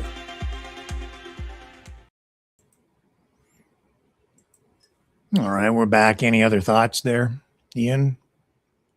Well, if I may, I will go on a psychological diagnosis of the guy, because this guy clearly was insane. If you read the guy between the line, if you read what he's been saying for the 104 page that he's been going on, I'd say that he was a lot narcissistic, probably having some paranoid and delirium of persecution. Basically, he was feeling persecuted by the society of non-being successful, basically, or having relationship and those kind of things, which goes into sentiment of injustice, probably delusion of grandeur, but that's another layer. And you got a syndrome of Messiah because of his martyrdom actually against society, which goes to the idea that in martyrdom, he went on the street of Montreal to kill some people and then get killed by people. And on this, basically on this manifesto saying to people, look, it's probably too late for me to get better, but here's how I'm going to call people. Because at some point he does call people, women, basically saying some stuff like, this is what you made me do, kind of thing. So that's where I get that sort of, how can I put that? He doesn't take his due where he should, basically. So you're saying he's portraying himself as a victim of society. Yeah. Very accurate. Kind of like and also Clockwork and Orange. Also all the problem that he has, basically, he doesn't take his problem on himself when he has some. So it doesn't take personal responsibility. Neither. That's it. Yeah, I think that's an ongoing problem, a growing problem, I think, within the political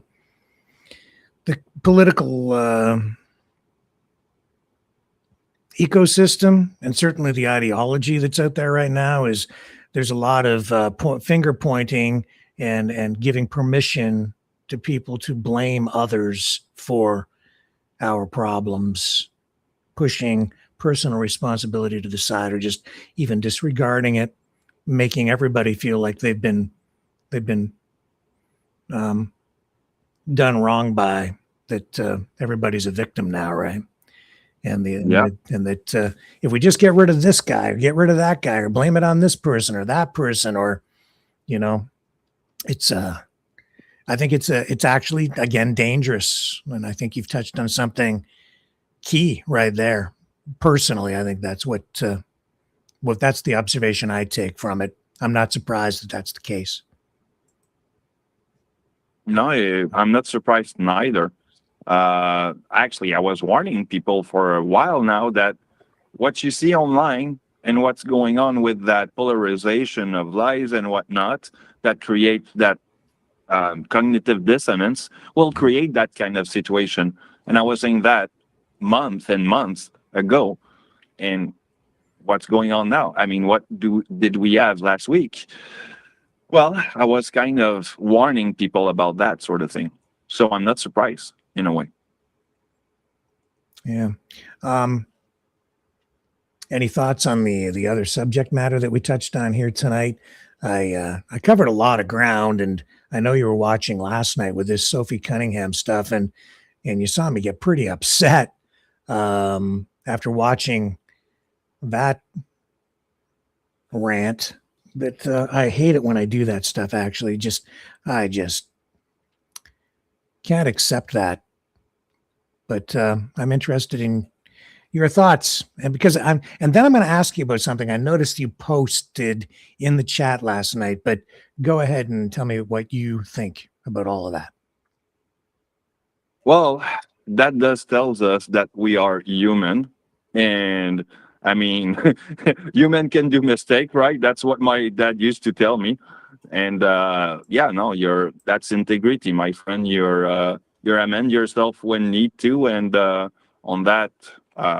Chapeau, as we say in French, it means I steer you my hat, my friend, because it's hard sometimes to tell people when you're wrong. And I know how it's hard sometimes to tell to people when you are wrong. And hang on, for everyone it is. I need to take a call.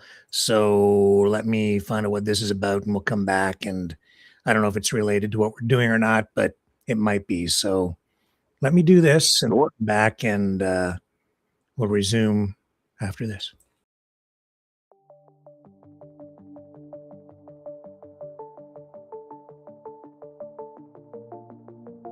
Greetings, brave Mavericks. Our quest for truth continues. We go beyond fake news. Together we expose propaganda. Together we pull others out of rabbit holes. We are maverick thinkers. We are all unique individuals, defenders of individual rights and freedoms, credible, trusted, grounded in reality. Maverick News, defending free speech, Donate at freedomreporters.com. Do it now. Tomorrow may be too late. Maverick News. The world is watching.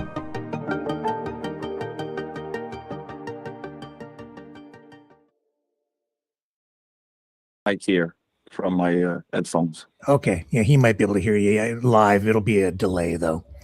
Anyway, joining us live now, direct from Oklahoma, Lori. Hello. Welcome back. Hey, good to talk to you. You know, I just had a quick question for Ian.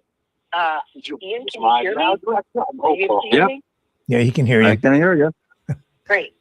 So my question, while we're on the subject of this this Montreal shooter and his manifesto, I see that, you know, once you really dig into the manifesto itself, there are veiled references to Jews when they refer to bankers, and a couple of references to Zionism and euphemisms such as that. But my question is, my understanding is he shot up that Pornhub office. He specifically targeted Pornhub, because he hates pornography, but also it's my understanding that Pornhub is a Jewish-owned company. And I wondered if you found any mention of that or if you had any knowledge about that.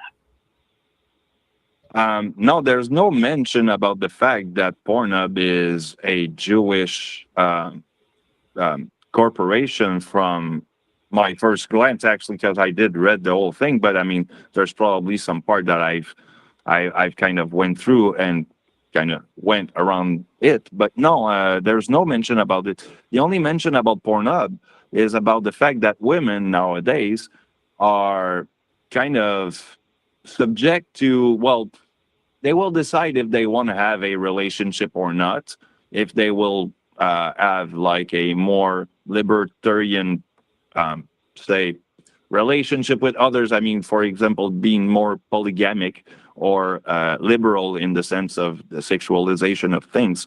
So yeah, basically that's what it is.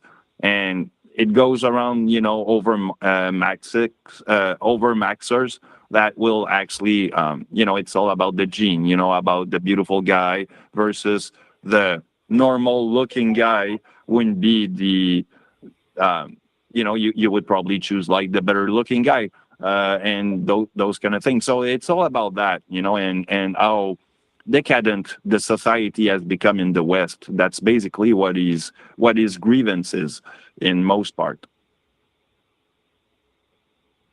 So I don't know if you could hear that, Lori. In a nutshell, Nope, I couldn't hear a word. Okay, so in a nutshell, he's saying no, there doesn't seem to be any specific mention of Pornhub being Jewish owned or any kind of link that way. He just referenced again the mention of misogynistic attitudes, referencing looks maxing and this manosphere phenomenon that's going on right now, and the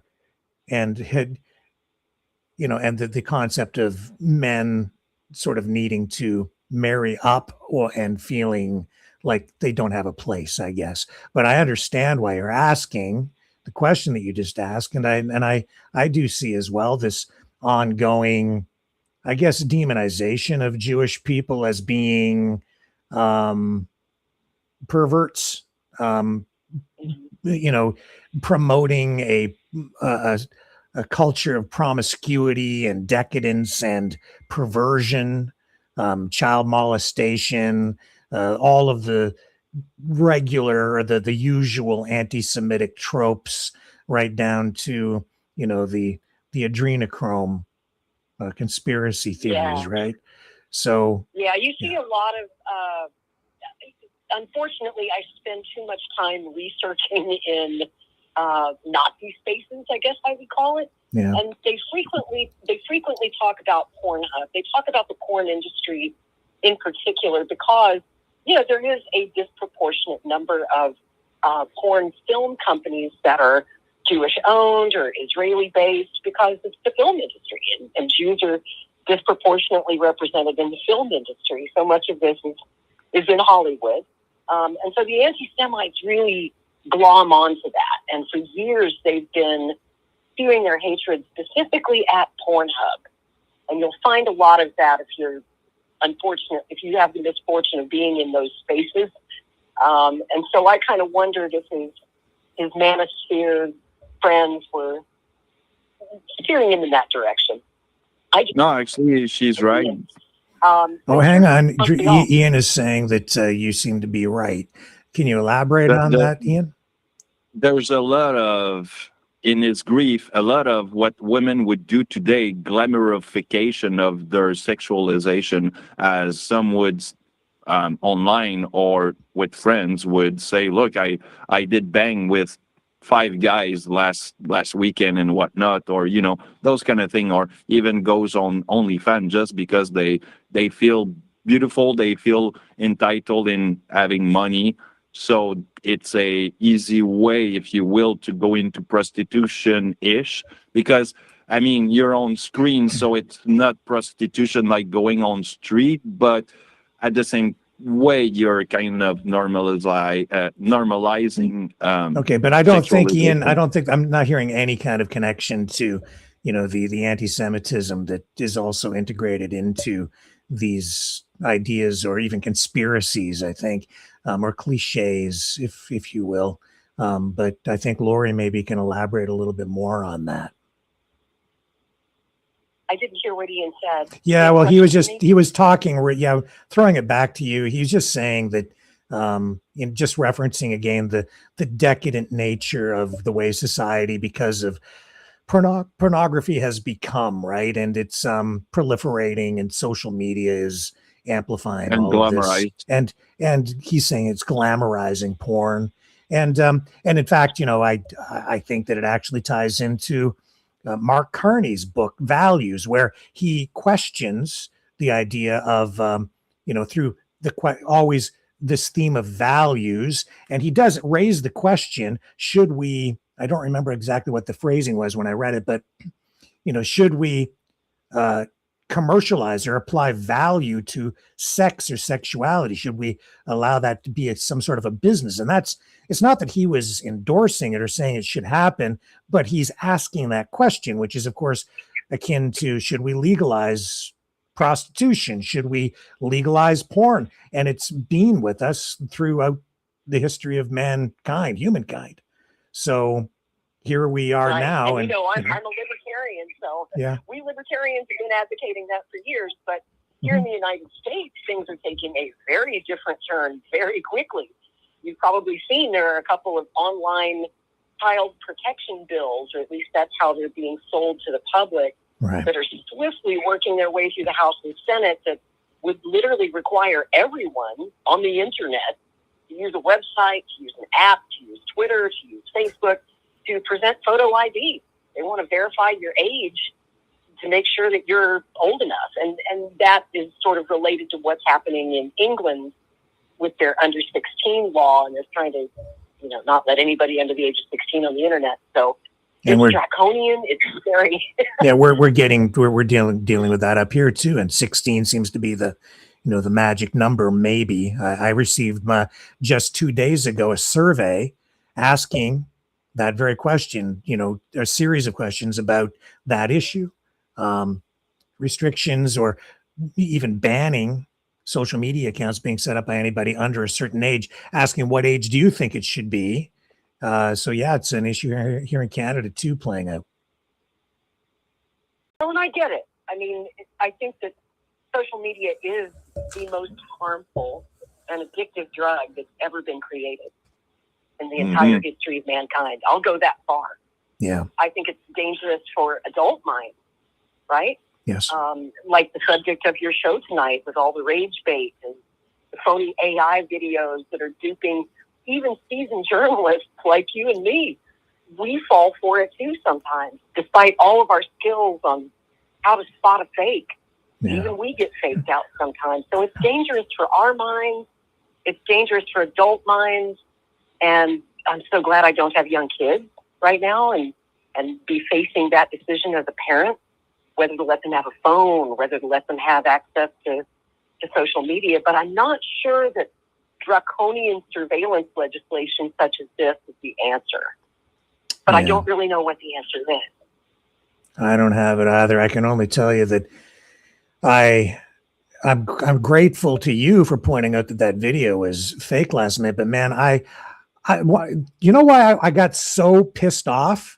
Because I was so disappointed in myself for not catching it. And honestly, when I got off last night, I was like thinking, I should just quit.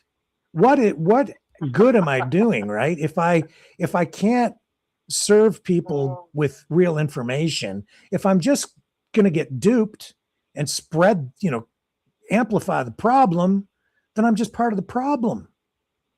Right. What am I doing here? Right. What am I doing here? I get it. I wasn't sure if you saw my comments in the chat room last night because I know you're busy and don't get a chance to look at the chat. I thought maybe after the show, you might be able to look back at the chat and see that I pointed out, I think that Sophie video is fake. That's why I knew, because I just happened to glance. I don't generally look, but I happened to glance and I saw that you posted that. And then I tapped in and it's like, okay, so it came back as, this is fake. Cause I asked Google Gemini, right? But I just to quickly ask and it came back. Yeah, it's fake. But I previously checked it and it came back as though it was real. And today Grok. It was Grok that told you it was real? Yes. But today I asked again and several times and it kept coming back with opposite answers. Sometimes it was fake and sometimes it said that it was real, authentic, true. Oh, I totally believe that. I do. Yeah. That's why AI is so unreliable as a fact checker. Right. That's my day job. I'm an editor. I fact check stories all day long.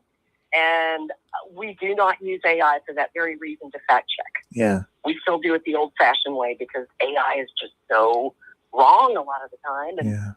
And so you feed here's how it works. It's like this cycle where the internet feeds disinformation into the AI, and then the AI feeds the disinformation back to the user, saying that it's true. It's this really dangerous information loop that we find ourselves in. Yep. That's why I also went one step further, and I looked on Google to see if there were other articles, and I did see a couple. The one specific one was from this site called the Shadow League, which to me appeared to be a legitimate sports site, really catering to a black demographic. And they had posted it, quoted it, and I think AI was also picking up on that. And it is sort of a legitimate site, but I think they're kind of sensationalistic and don't have the standards necessary, obviously, because I got caught. So wasn't good enough. Drives me crazy. Drives me crazy. And this is why it's a problem that newsrooms are filled with Gen Z kids who were raised on social media and use a lot of AI. And it's so much easier to dupe the young than it is the elder journalists who know how to spot fakes. Well, apparently not, We get fooled. because they got me. They got me until you came along and set me straight last night, and helped me and stopped it, which was good. But I reached out to the journalist live streamer who wrote the article for the Shadow League, and I haven't heard back. I did send message there. I'm asking them for comment on it and invited them on the program too, but I haven't heard back. I wonder if that person even exists. Mm-hmm. You know, a lot of so-called news websites will create a fake byline for an AI-generated story. It could well be that journalist isn't the journalist, it's AI with a phony byline. Yes. So I'd be real curious to see if they get back to you, if you get to speak to an actual person. No phone, that name. No phone number available for the media company. At and all. No contact for the journalist. That's us. Have you tried maybe cross-referencing that journalist's byline across the web? I did, and I found an X account, but I wasn't able to send a message on X. So there's red flags there. I don't know. Very suspect. Information universe. His name is Devin Mason, but don't know. Never heard of the guy before. No, me neither. So I had one more question for Ian, if he's still on the line. Is he there? He's there. Hey, Ian, since you're from Montreal and you know the area, can you describe for me, or do you know from reading the manifesto, why that shooter targeted that particular area? Was it just because of Pornhub? Because it's my understanding that that's a Jewish neighborhood and that there's a Jewish college that was right across the street. Am I correct, or is that right or wrong? Yeah, no, she's correct. There's a college about 3 buildings away from why there. I don't think it was a coincidence. But it was right underneath, actually, the building of Pornhub where the shooting started. So yeah, Ian is saying that's true, and I don't think there's any denying that. I think that's a very real thing. It was a factor, right, in the shooting. No question that he was anti-Semitic. That's true. It was a Jewish neighborhood. Pornhub was there. I think all of those things came into play. I did, go through much of the manifesto. I haven't read the entire thing, but what I found is that the anti-Semitism wasn't the overriding factor, not the major thing that was driving the narrative or the thought process through this manifesto, but it was a factor, clearly.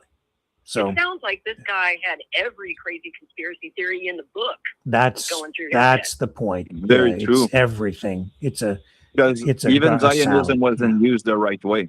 Yeah, he checked all the crazy boxes. Exactly. Yep. That's what makes people. That's what makes social media so damn dangerous.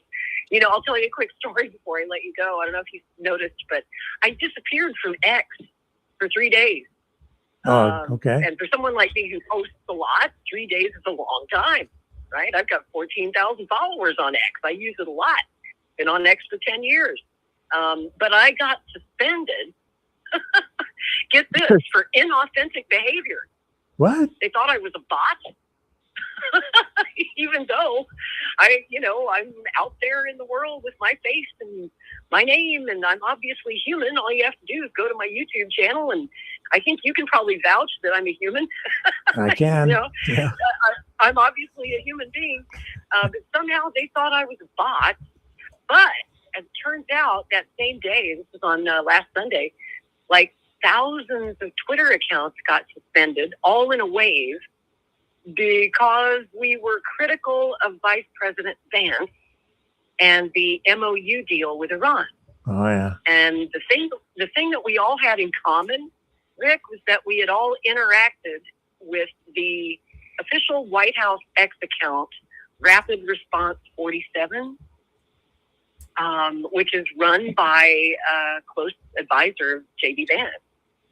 Uh-huh. And if you paid attention to that account, they post some stuff on that account that is just so unprofessional. Not stuff that you would ever expect to find in an official White House account. And they were attacking critics of the vice president, critics of the MOU. And I'm told that the reason, Trump has all these handlers around him, and their job, their social media job, is to make sure that the president only sees positive and favorable comments that tell him he's winning, that tell him he's great, that the MOU deal is the best peace deal ever. And so they wanted to make all of those critical comments go away so the president wouldn't see them. And so thousands of us all got suspended in a wave, and we had to fight. We had to organize and fight for 3 days to get our accounts restored. We finally did. But yeah, that was kind of interesting. I have a question or two maybe for you before you go. Sure. I was touching on this seeming. It seems like it's becoming a constant theme, referencing communism, demonizing that. Trump referring to communism as the greatest threat facing America today. Oh yeah, worse than 9/11, he said. Worse than World War I. Right. And then you've got. Okay. So, see, I think this rhetoric is extremely dangerous. You're hearing that kind of talk. Plus, they're taking steps to, really make anybody. They have now labeling political opponents as domestic terrorists, categorizing the entire Democrat Party as communist. Jesse Waters on Fox News saying, I just heard it today, I don't know if it's how old it is, but saying that communism has been outlawed in the United States. I think referencing an old U.S. law going back like to the 50s that I don't think is even constitutional and was never fully enforced anyway. That's not really a law, but he's saying it is. This rhetoric, like how long before they start just rounding up political opponents and just throwing them in jail? That's my question. Well, they built all those ICE concentration camps for somebody.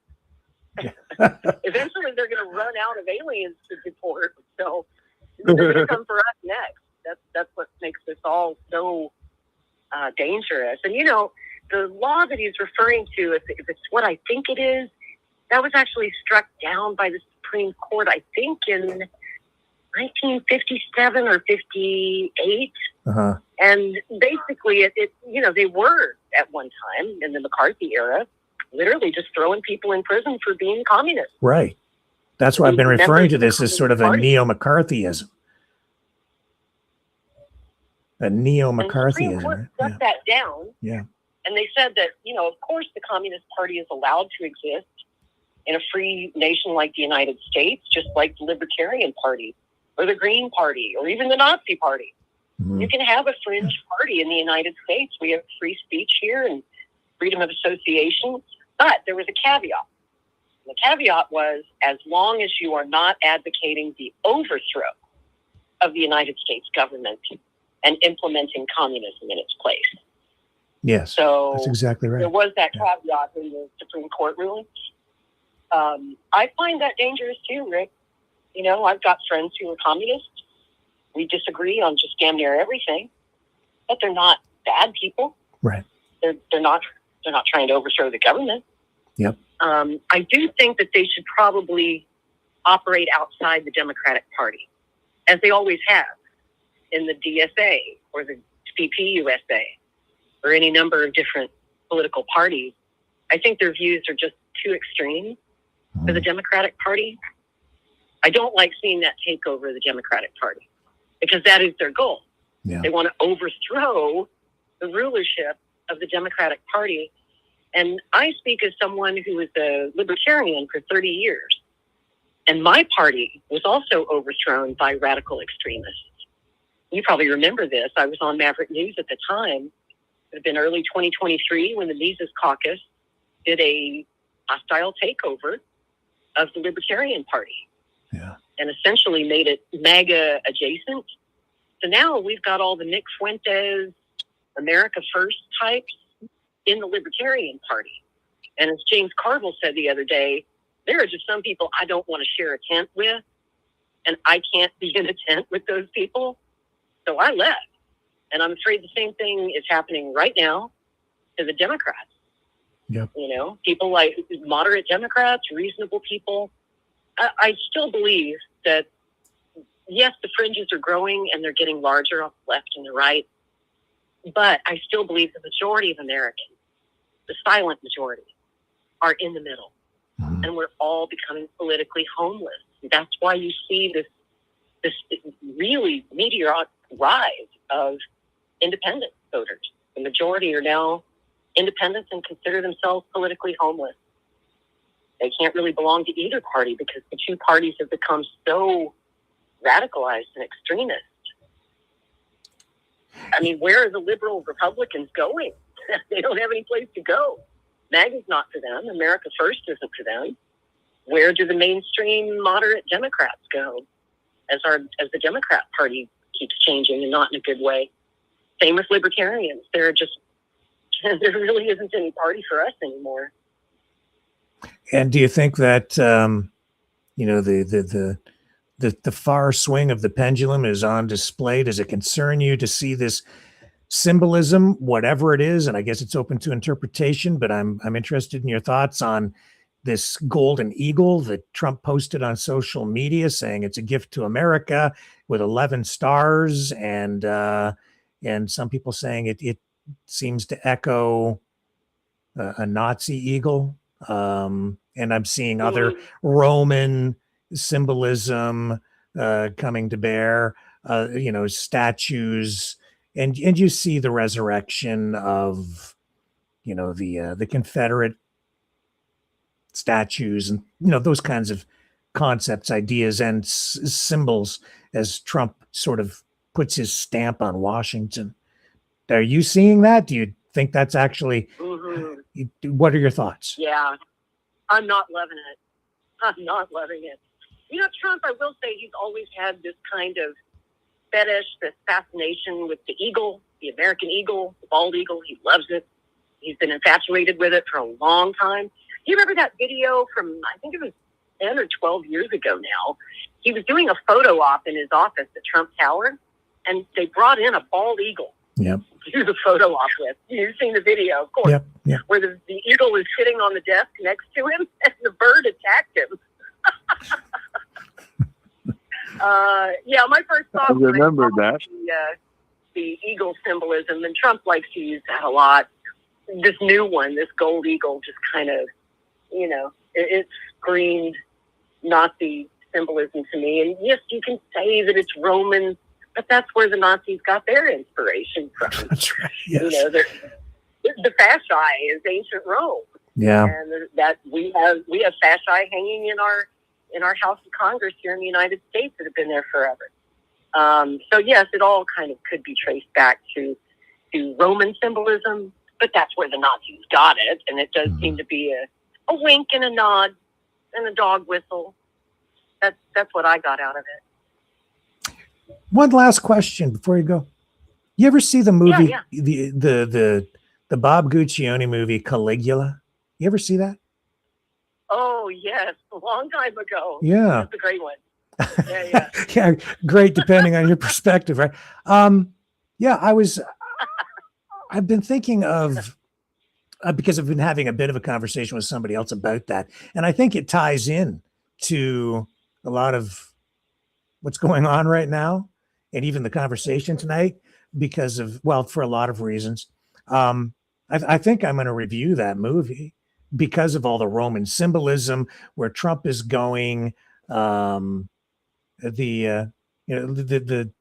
moral issues, the existential questions that the movie raises, and yeah, so I don't know if you're interested in participating in that on any level. I'd welcome your input greatly. Oh, wow. Yeah, Caligula is a great choice.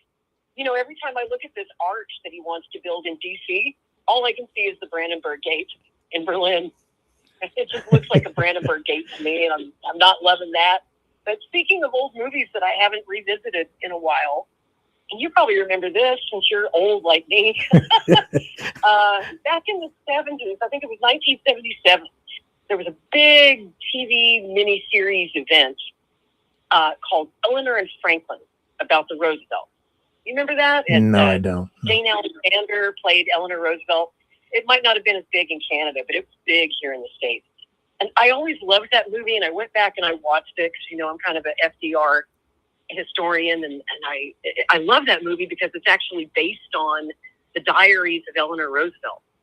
It's basically the whole story of their lives through her eyes, through her diaries. And it's very historically accurate, unlike a lot of Hollywood films.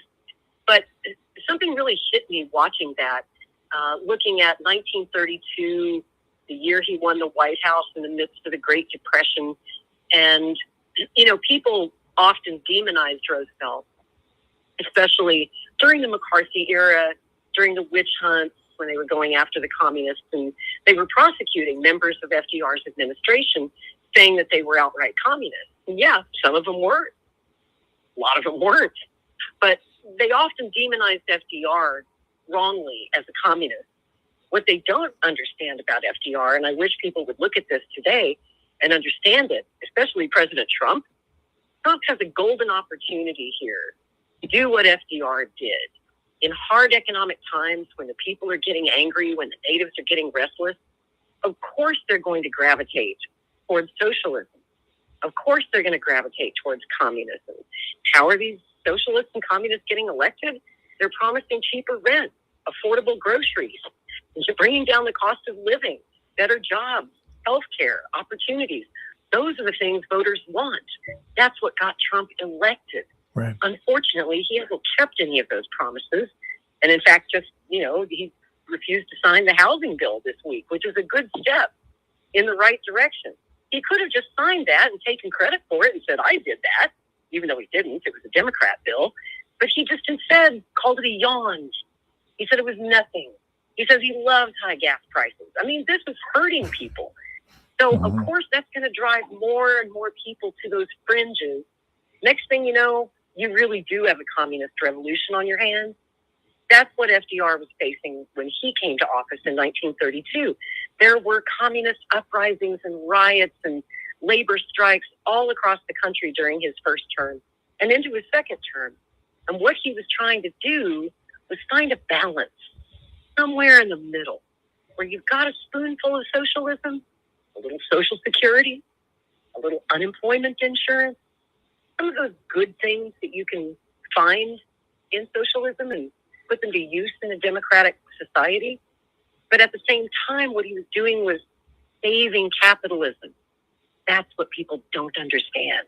He preserved the capitalist system by giving you a little spoonful of socialism, just enough to keep the communists from rioting and taking over the country.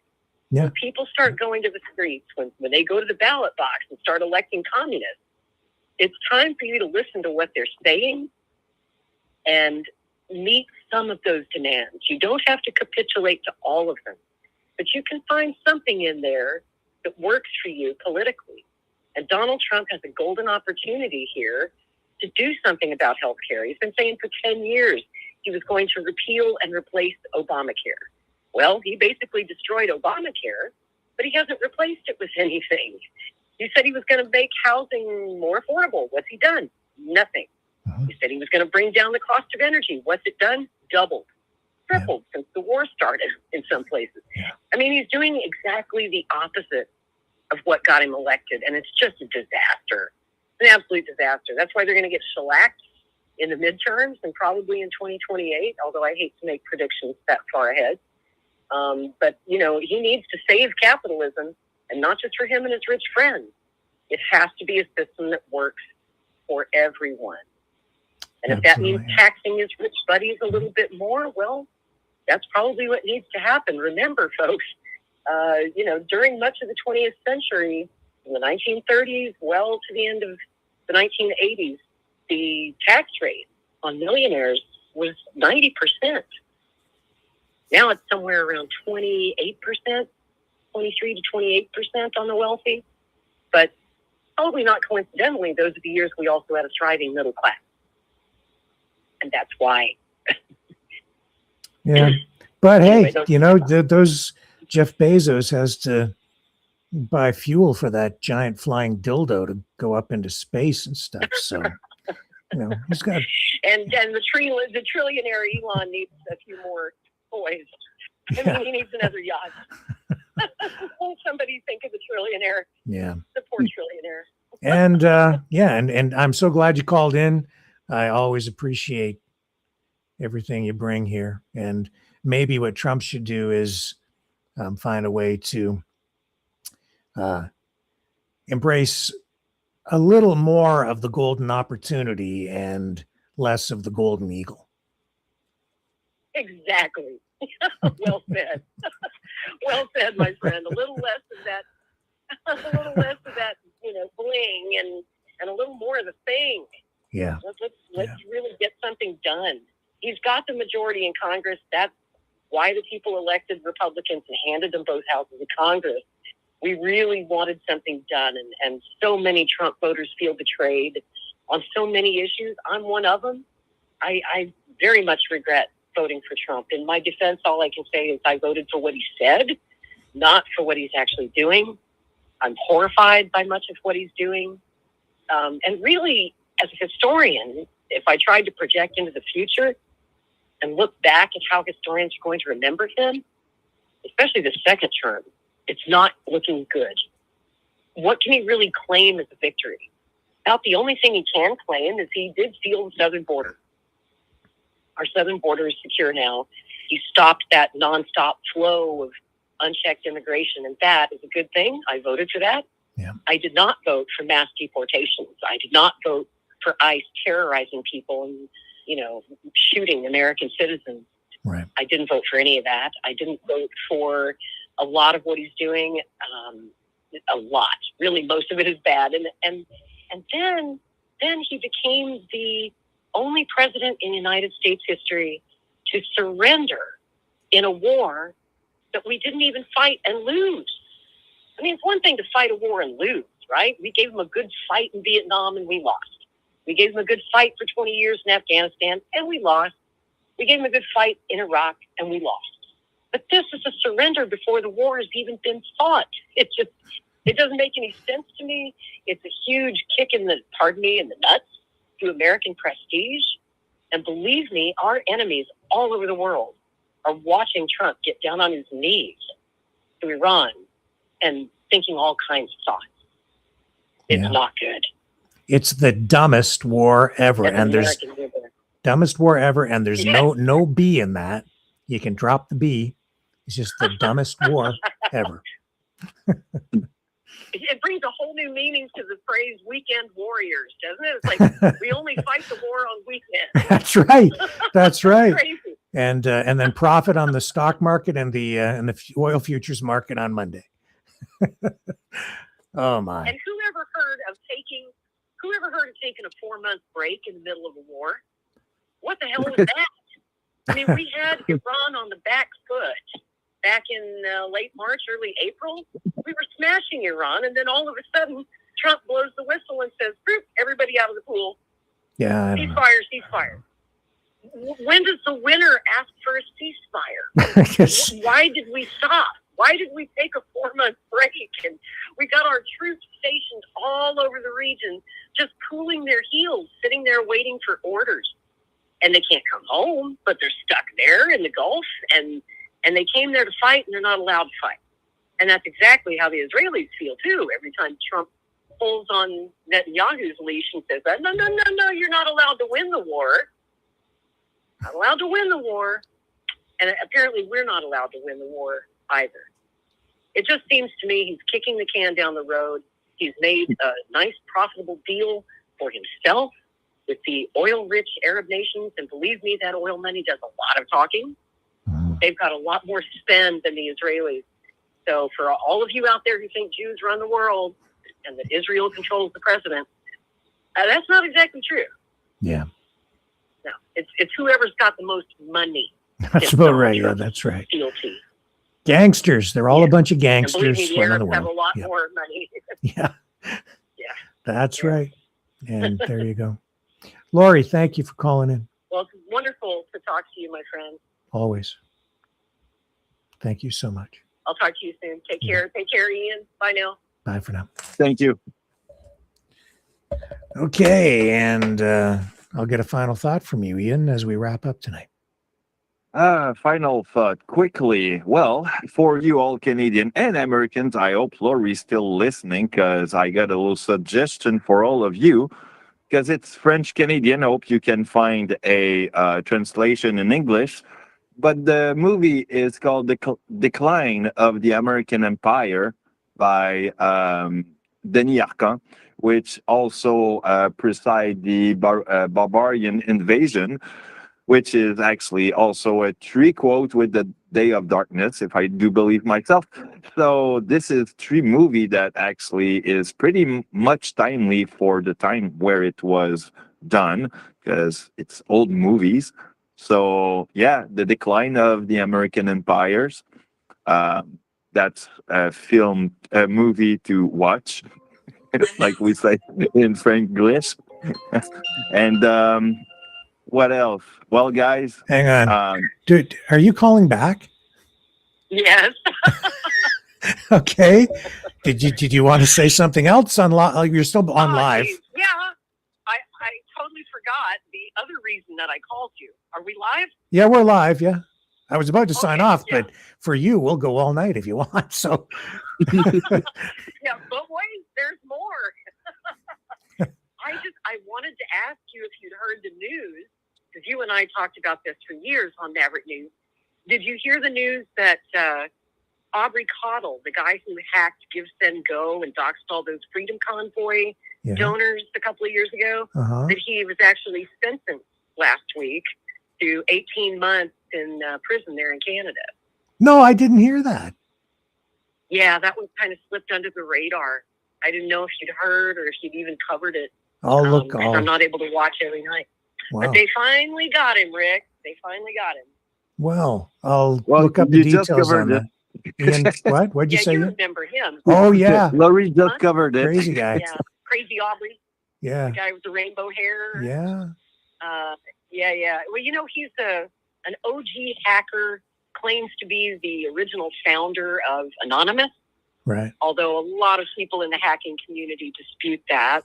I don't really think he was, but he was there in the early days of Anonymous and is kind of a legend in hacking circles, not necessarily in a good way. You know, Aubrey for years bragged that he was working with the feds, doing honeypots and sting operations and busting child porn rings and things of that nature. But yeah, he was charged. He was actually arrested, I think, last October, 2025. He's been sitting in jail for quite a while, just awaiting trial.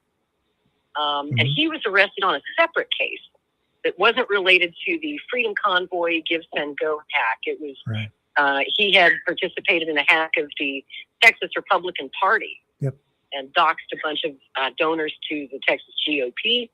So that is the actual case that he's been convicted of there in Canada.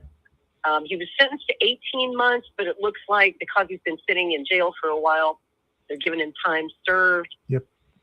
By my math, it looks like he probably won't spend more than 6 months in prison there, but there are still charges pending on the same case coming from the United States.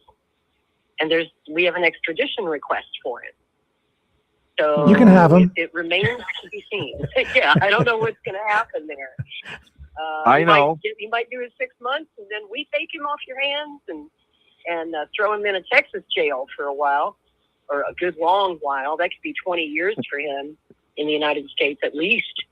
So I think it's really interesting. His lawyers are arguing now to the court that Aubrey shouldn't be extradited and that the United States should drop our charges because it would be kind of double jeopardy to try the same person twice on the same charge in two different countries, which does kind of make sense to me.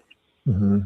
But here's what I don't understand, Rick, and I never have, is why he was never charged, that I know of, in the Freedom Convoy hack of Give, Send, Go.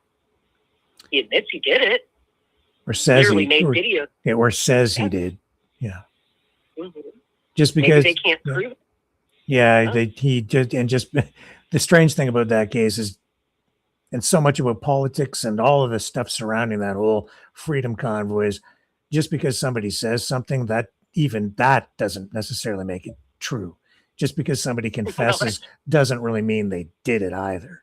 So who the hell knows? I don't know. Well, and Aubrey, he does have a reputation as a bit of a bullshitter. Yeah. He's the guy who says he's anonymous, but he really didn't. So maybe when he made that video, the video where he goes, I did it, I hacked the Freedom Convoy. I don't know. Maybe he was just doing it for attention. I have no way of knowing. Maybe they didn't have enough evidence on him. Maybe they'll crack him while he's sitting in jail. But it seems to me if the United States really did want to pull together a case against him, they should probably drop the one with the Texas GOP and maybe charge him with the Freedom Convoy. If the statute of limitations hasn't expired on that, then what, 3 years? 4 years since that. That was 2022, I believe. Yeah, I don't think there's any issue with the statute of limitations up here on charging him with anything. But that being said, I think the government probably liked getting access to that information and having that stuff put out there too. So they may not be all that upset enough to hold him accountable for it, to be honest. It's funny you say that. I was thinking the same thing. I thought, well, maybe the Crown felt that he was doing the public a service by exposing that this Freedom Convoy was, in large part, funded by people outside Canada. Yeah. Mm. Yes, it was. Wealthy interests outside of Canada. It's true. It was. Yeah. It is true that all did turn out in the end to be true. I know that there were Canadians who unfortunately also got doxxed in that hack. Yeah. One of them is in your chat room tonight. I forget what the username is, but she told me she was also doxxed in that hack, which is unfortunate. Because I think he just dumped it all out there. Canadians and American donors, all of their personal information was compromised and released. Yep. And that sucks. And there ought to be some kind of justice for them. Yeah, some people lost their jobs over that, yeah, they did. Which I thought was really grossly unfair too. But that's still the way the politics is even now. It's don't know how we need to get back to something in the middle and reasonable. That's what I think. We sure do. I still believe, Rick, that the majority of people out there are sane. They're not haters. They don't hate their neighbors. They don't hate their fellow man or woman. But there is an unprecedented level of mental illness going on. And I think a lot of people's brains just got broken during the COVID lockdowns. And all of that coincided with this avalanche misinformation, disinformation on social media. And you remember a couple of years ago when President Biden was trying to do something about it, and he appointed that disinformation czar that lasted like a month because everyone hated the idea. They said it was Orwellian, and I hated it too. Yep. But they were trying to do something about it. They didn't do the right thing. They went about it the wrong way. Just like I feel these child safety acts that are going through Congress right now are an overstep and an overreaction. We have to do something, but we just haven't figured out exactly what, because we are such a free society where free speech is sacred. And this can be the downside of all that free speech. I'm not really sure how to cure this problem. And I wish I could say I had the answers. Do you? Working on it every night. Yeah, it's a work in progress. It is. And that's what this channel has been about in large part, is an experiment in free speech, as you know. And it hasn't gone well. Well,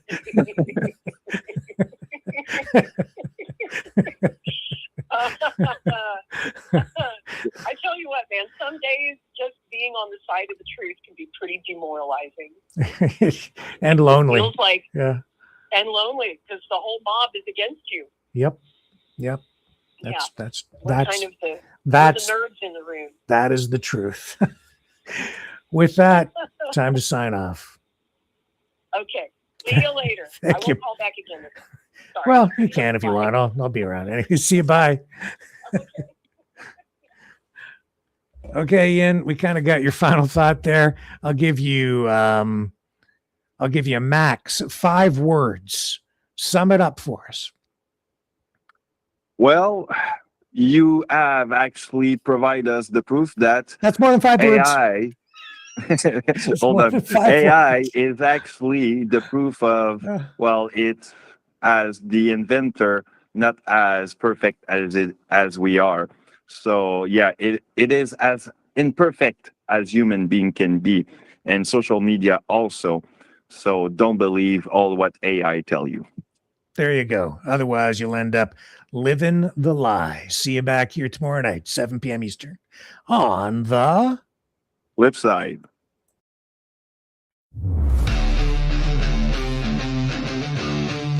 Welcome to the Matrix.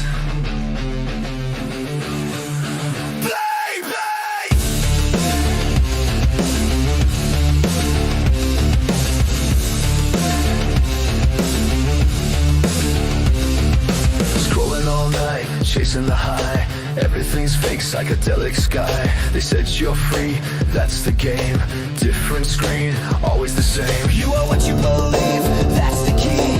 Lock your mind, lose reality. If you believe it, it comes alive. Truth gets buried, nobody survives. The world is watching, brains are washing. Living the lie, glazed over eyes, hypnotized.